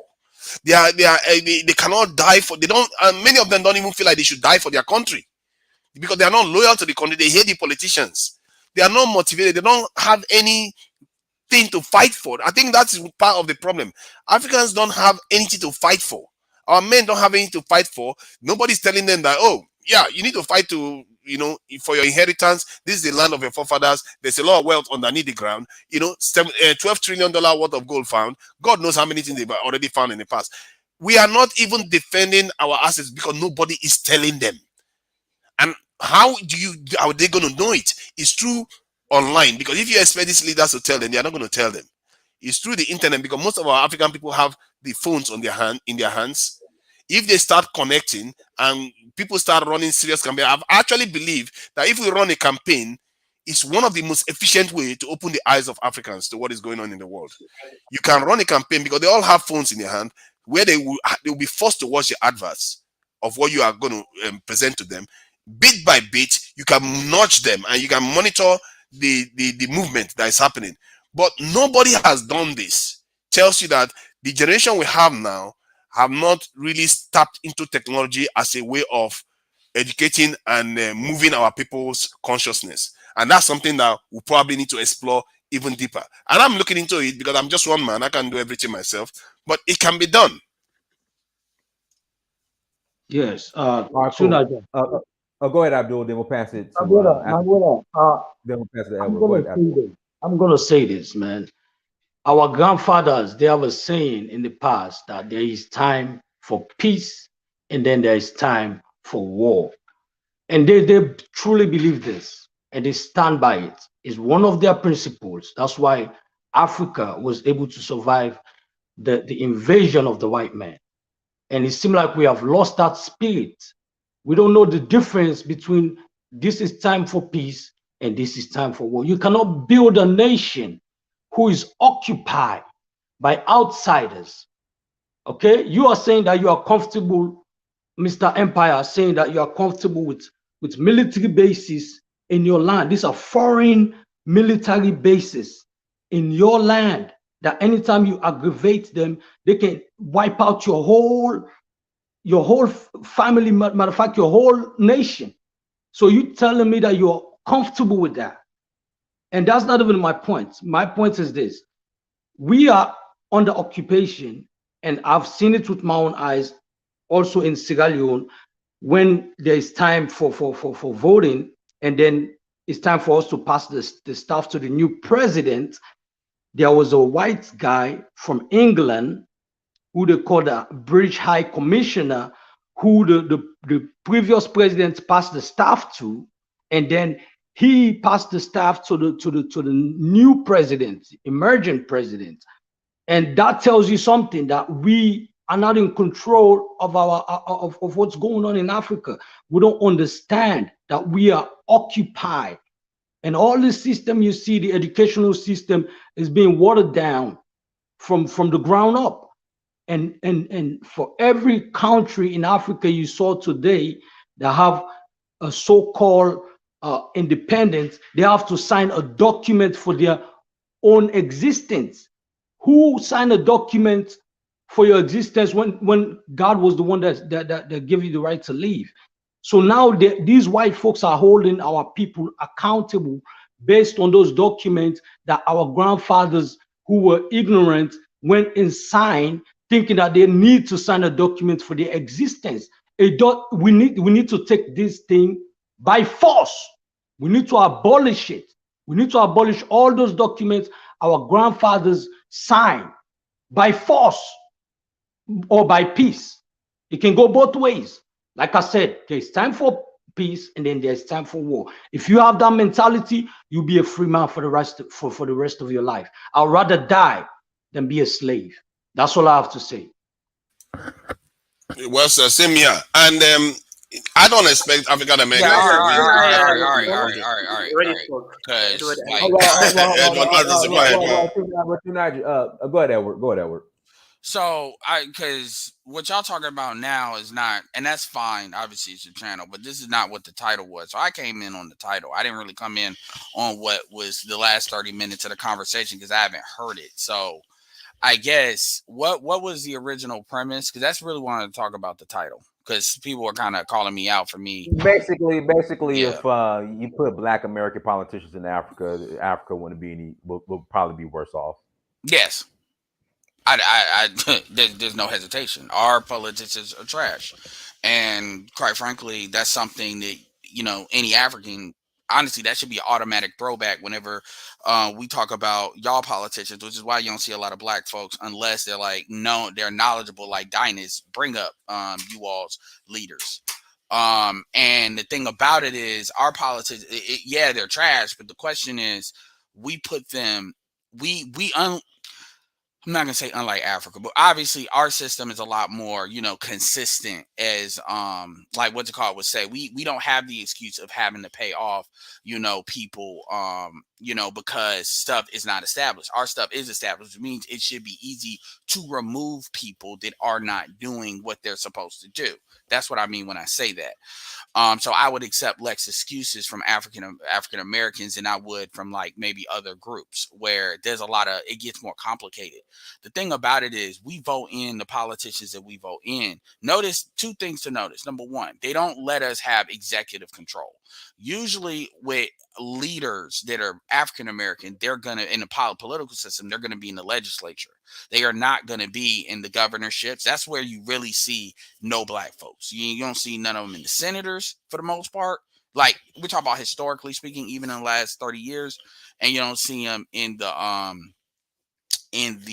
governorships where you really don't see them where you can really control your population. Like you don't see a lot of black governors of like Maryland or even Georgia, places where there's a lot of black populations where they could arguably get almost to equal.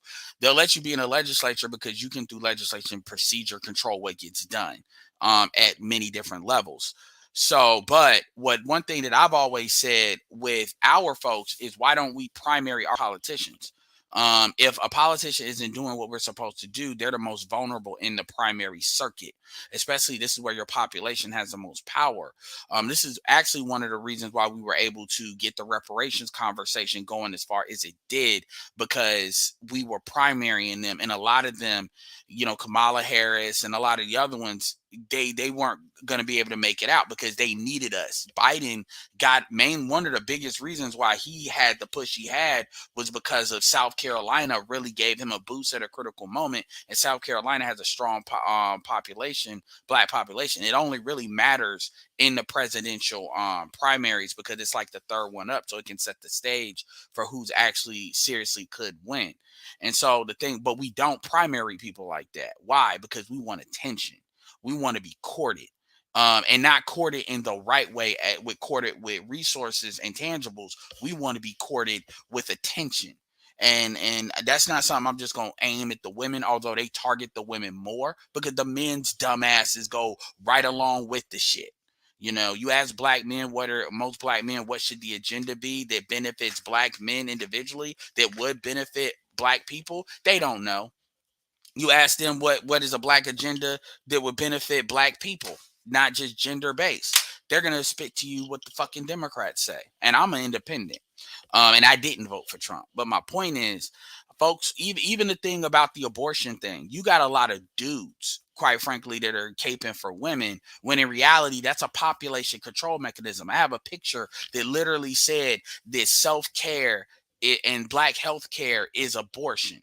That has black women at the top of it, but black men don't push back against that because they don't want to be put on fucking child support. So my point is that African Americans really don't have, and I say this as an African American, they really, when it comes to the political argument, when it talks to Africans and not having their like shit together, African Americans really don't have a leg to stand on, really throwing that rock. And people didn't agree with me in the comments, and I don't know the fuck why. Because we have politicians that are fucking 80 years old right now that they will be politicians until they die. because black people keep doing the same fucking thing every 2 fucking years and voting the same people without thought. Part of this is that fucking Christian shit. It's a lot of stuff that goes into that. So that's kind of what I wanted to say, because people were challenging me in the chat, and I'm like, I don't know why. That's really what I wanted to say. And I know y'all were talking about more on the African side of things, but yeah. As far as what the solution is primary. We should be primarying every politician to completely remove them and put younger people in there. We should be active But in the primary. you need to be organized to be able to primary people. That's what I see. I don't see in the African American community. They don't seem to have an agenda. If you, because even I know the African continent, that one, there's no zero agenda that I can see apart from the African Union's agenda. But the African American agenda, there was a time when you could say, like even during the time of Obama, you could see that they want to, civil rights and all those sort of things. No. There's no agenda now. No. Black people did not have an agenda then either. What black people had was, we got a black president. It was more of a celebrity situation. You might as well say, pick your favorite celebrity and whatever they say what an agenda is, and then you get a whole bunch of stands and fans. And behind that, think about it. We voted for the quote, like, look, man, he's black. So we voted for, quote, the first black president. Somehow we got gay rights out of that shit. So I'm just, no, there was no, so seriously, so there was no agenda there. I mean, for real, like, think about it. When Bush was in office, we had the Defense Against Marriage Act.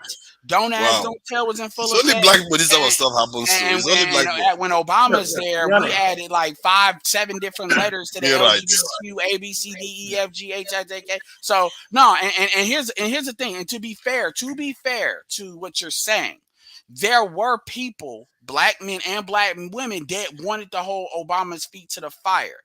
The Obama administration, and I did vote for Obama, the Obama administration was extremely effective at shutting down any black person that would say, and they were very good at doing it quietly, because Obama was Jesus. If you question Obama, you're basically, you must be satanic. And so anybody, like, there was people, I forget, like Tavis Smiley is in. Tavis Smiley and Cornel West. Yeah, those are the most high. And they had people, Cornel West. Michael Eric Dyson was a pupil of Cornel West, and Michael Eric Dyson went where the money was. And part of that was the Democratic machine, and Obama was at the head of it. And a black person shutting down black politicians, you can't throw the race card at him. So it's very easy for him to do that. So it wasn't that there was nobody there doing nothing and saying, let's take advantage of this opportunity to get real things done. No, it was, that shit was stomped out like with a fucking mallet. It was like the way the small hat people, that's why I call it. Then what that indicates is that the population that is aware, the number of people that are aware, that are conscious of these things, they don't have enough numbers, and it's not big enough. And maybe that is what needs to change. No, it's worse. It's worse than that. There's people that are what I call willfully ignorant. They know enough to know that that's not right. But the reality is, here's the thing that I always say. I always say that white supremacy definitely exists, but black people help it run like a well-oiled machine. Now, I'm not here to speak on ADOS. I'm talking about like African Americans as far as how they will have it run like a well-oiled machine. What I mean for that is to know if anybody, whether they're pro-black or whatever, is full of absolute shit. Just look at how they draw energy from the quote-unquote white supremacist system that they talk about. So if you call the police on a black man, obviously if you're in harm's way, that's fine. I understand that. But if you call the police on a black man to try to regulate him, or let me do something easier. If you use the child support system and the courts to regulate, it's not just about dude paying. It's about regulating his access to his children. That is you drawing from the white supremacist system. If you pull from welfare when you really know because you want to be independent, that's drawing from it. There's other ways that dudes do it too. If you on some like selling dope, and then you want to turn around and you're drawing from it. So you have to ask anybody, how did you draw from the system? So we look at a lot of pro-blacks we have these, what I call street pro-blacks. These folks that they got street credibility, and now they want to remix that into some kind of, pro-black, pulpit. But it's like you did your dirt. You're fixing what you did. Versus the folks like Dr. Clark Anderson and others that did stuff the right way the first time. And I'm not saying people can't be redeemed. Those people in Black society, because Black society has a very bad intellectualism, anti-intellectualism issue going on. We don't look to the people that take somebody like Ice Cube. Ice Cube is a rapper. He's a celebrity. Ice Cube has been married to his wife. He has none of that, white shit. Married to his wife. He has created the 3D League, so he demonstrated he can actually create something, produce something. Ice Cube has demonstrated what to do, talked about that document shit. He was the original one looking at the paperwork, talking about I ain't signing it. And he stood on that, right? Very successful. Married to Black woman 25 years. When he tried to come up with a contract of America, he got shut down. Why? Because he dared talk to Trump when the Democrats were saying, we'll call you later. And see, rather than saying that I may not like Trump, but let's see what Trump has to say about this and let's see if he'll actually do it. No, it was shut down. So you have a lot of Black people that they care more about the Democratic Party agenda than they do the Black agenda. Think about it. They'll say, why do you vote Democrat? Because the Republicans are racist, as if abortion is not racist, as if telling your boys they should be girls is not racist, as if putting your women in a vulnerable position by telling them they don't need no man and they can depend on a white woman, which we know is not true, is not inherently racist. You got a billboard talking about having Black women saying that abortion is self-health care. That is genocide. You don't see that with nobody else. But see, Black people, you say that, it's like they lose a gap. So what I said in the chat was Black people act like children. I can't speak on Africans because I'm not going to. But as far Africans are worse. They get fed, they feed off the white man. And they have different problems. They have different problems. Because colonialism is like, but my point is, I come at this from a troubleshooting standpoint. And it's like, okay, what is the problem? What is the solution? And then that's when you can identify, like Nigel said, who's on the bullshit and who's not. And the reason why this is kind of an issue is because right now in the United States, what we're dealing with, we had the core issue is we have no social contract. Black men and Black women are not united because Black men and Black women have no social contract as to how we should deal with each other. That kind of, and Black men are either check the fuck out or Black women are too busy wanting to protect the status quo, just like status quo. And you can argue this shit about I'm not here to get into the FBA, not FBA shit, but you can argue that when it comes to the contract there are no social contracts to deal with how we're supposed to engage each other and hold people to a standard, both African Americans and non-African Americans, or Black men and Black women. And so as a result, you have people that's going to be like, I'm going to do me, because what else are you going to do? And you have pro-Blacks that are saying that we need to all come together. And I'm like, that's cool. Give me the contract. Oh, no, there's no contract. It's just the men need to do everything. And then the women will come along. I'm talking about in America. And it's like, no. Like, the men need to forego pleasure while the women are on some hot girl summer and complaining about they can't abort and kill children. You got chicks talking about post-birth abortion now. You got F that. You got women trying to form African kinship networks where they're basically creating lesbian relationships with children involved, like being a single mother and stuff, because of the economy and stuff like that, because that's how much they don't want to fuck submission. Black men don't need submission in America. We can't even get cooperation.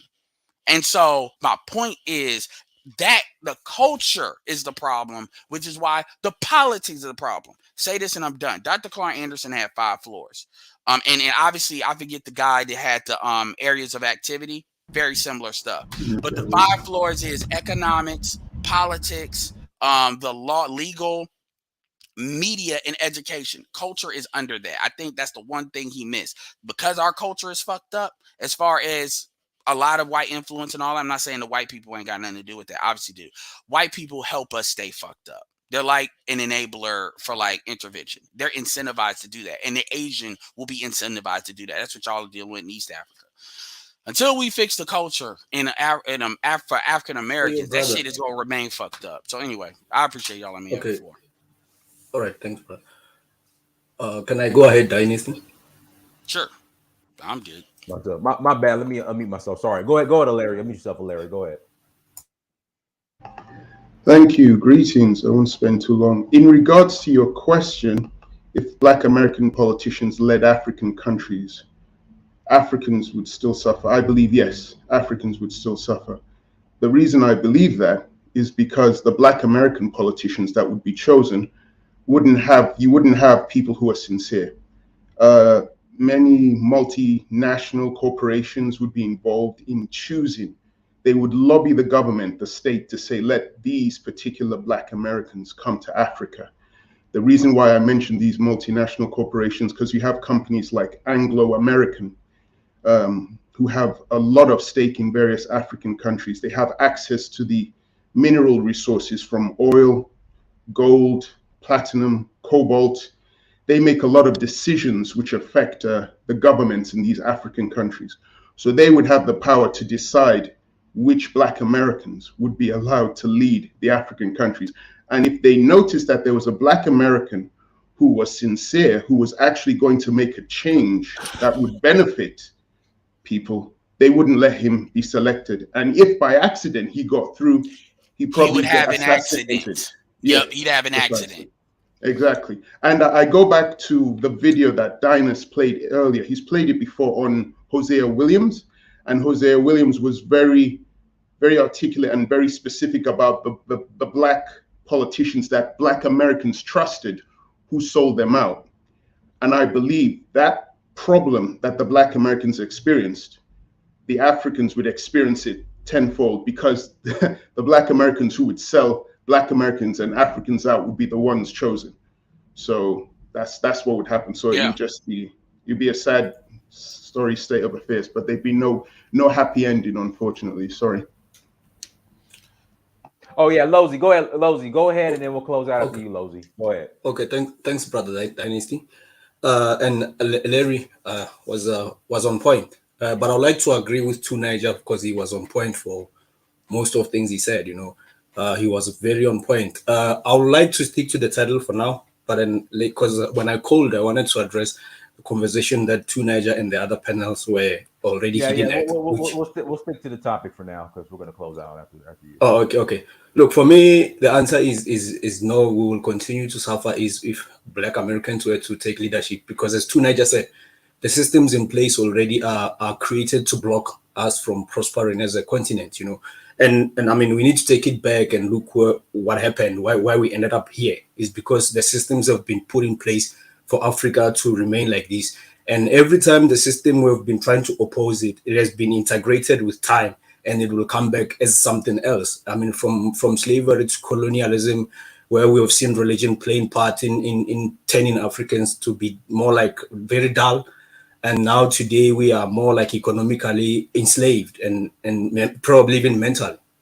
So I'd like to say, no, nothing will change, because we need to rise above these systems and fight them, just like what Putin is fighting now. Putin is fighting the same system. He's trying to also gain by opposing the same system. So the only option for Africa, if Black Americans were to lead Africa, I believe if they step in when Africa is unified, not now. Now there's just too much blockage. When Africa it's unified, they can take Africa far, because I believe them living in the belly of the beast for 400 years, it has given them some experience to understand the enemy even better. They've seen the weakness of the enemy even better. So I believe if they step in Africa, when Africa is unified, they will bring a better experience for where they're coming from. I believe that. But if they step in now, no, nothing. They will just continue being just like another African leader. Absolutely. Hey, everyone, thank you so much for joining. Like, share, subscribe. I appreciate it. I might come back on later on this evening. Until next time, family, Dynasty, Mr. Shahuru. Peace.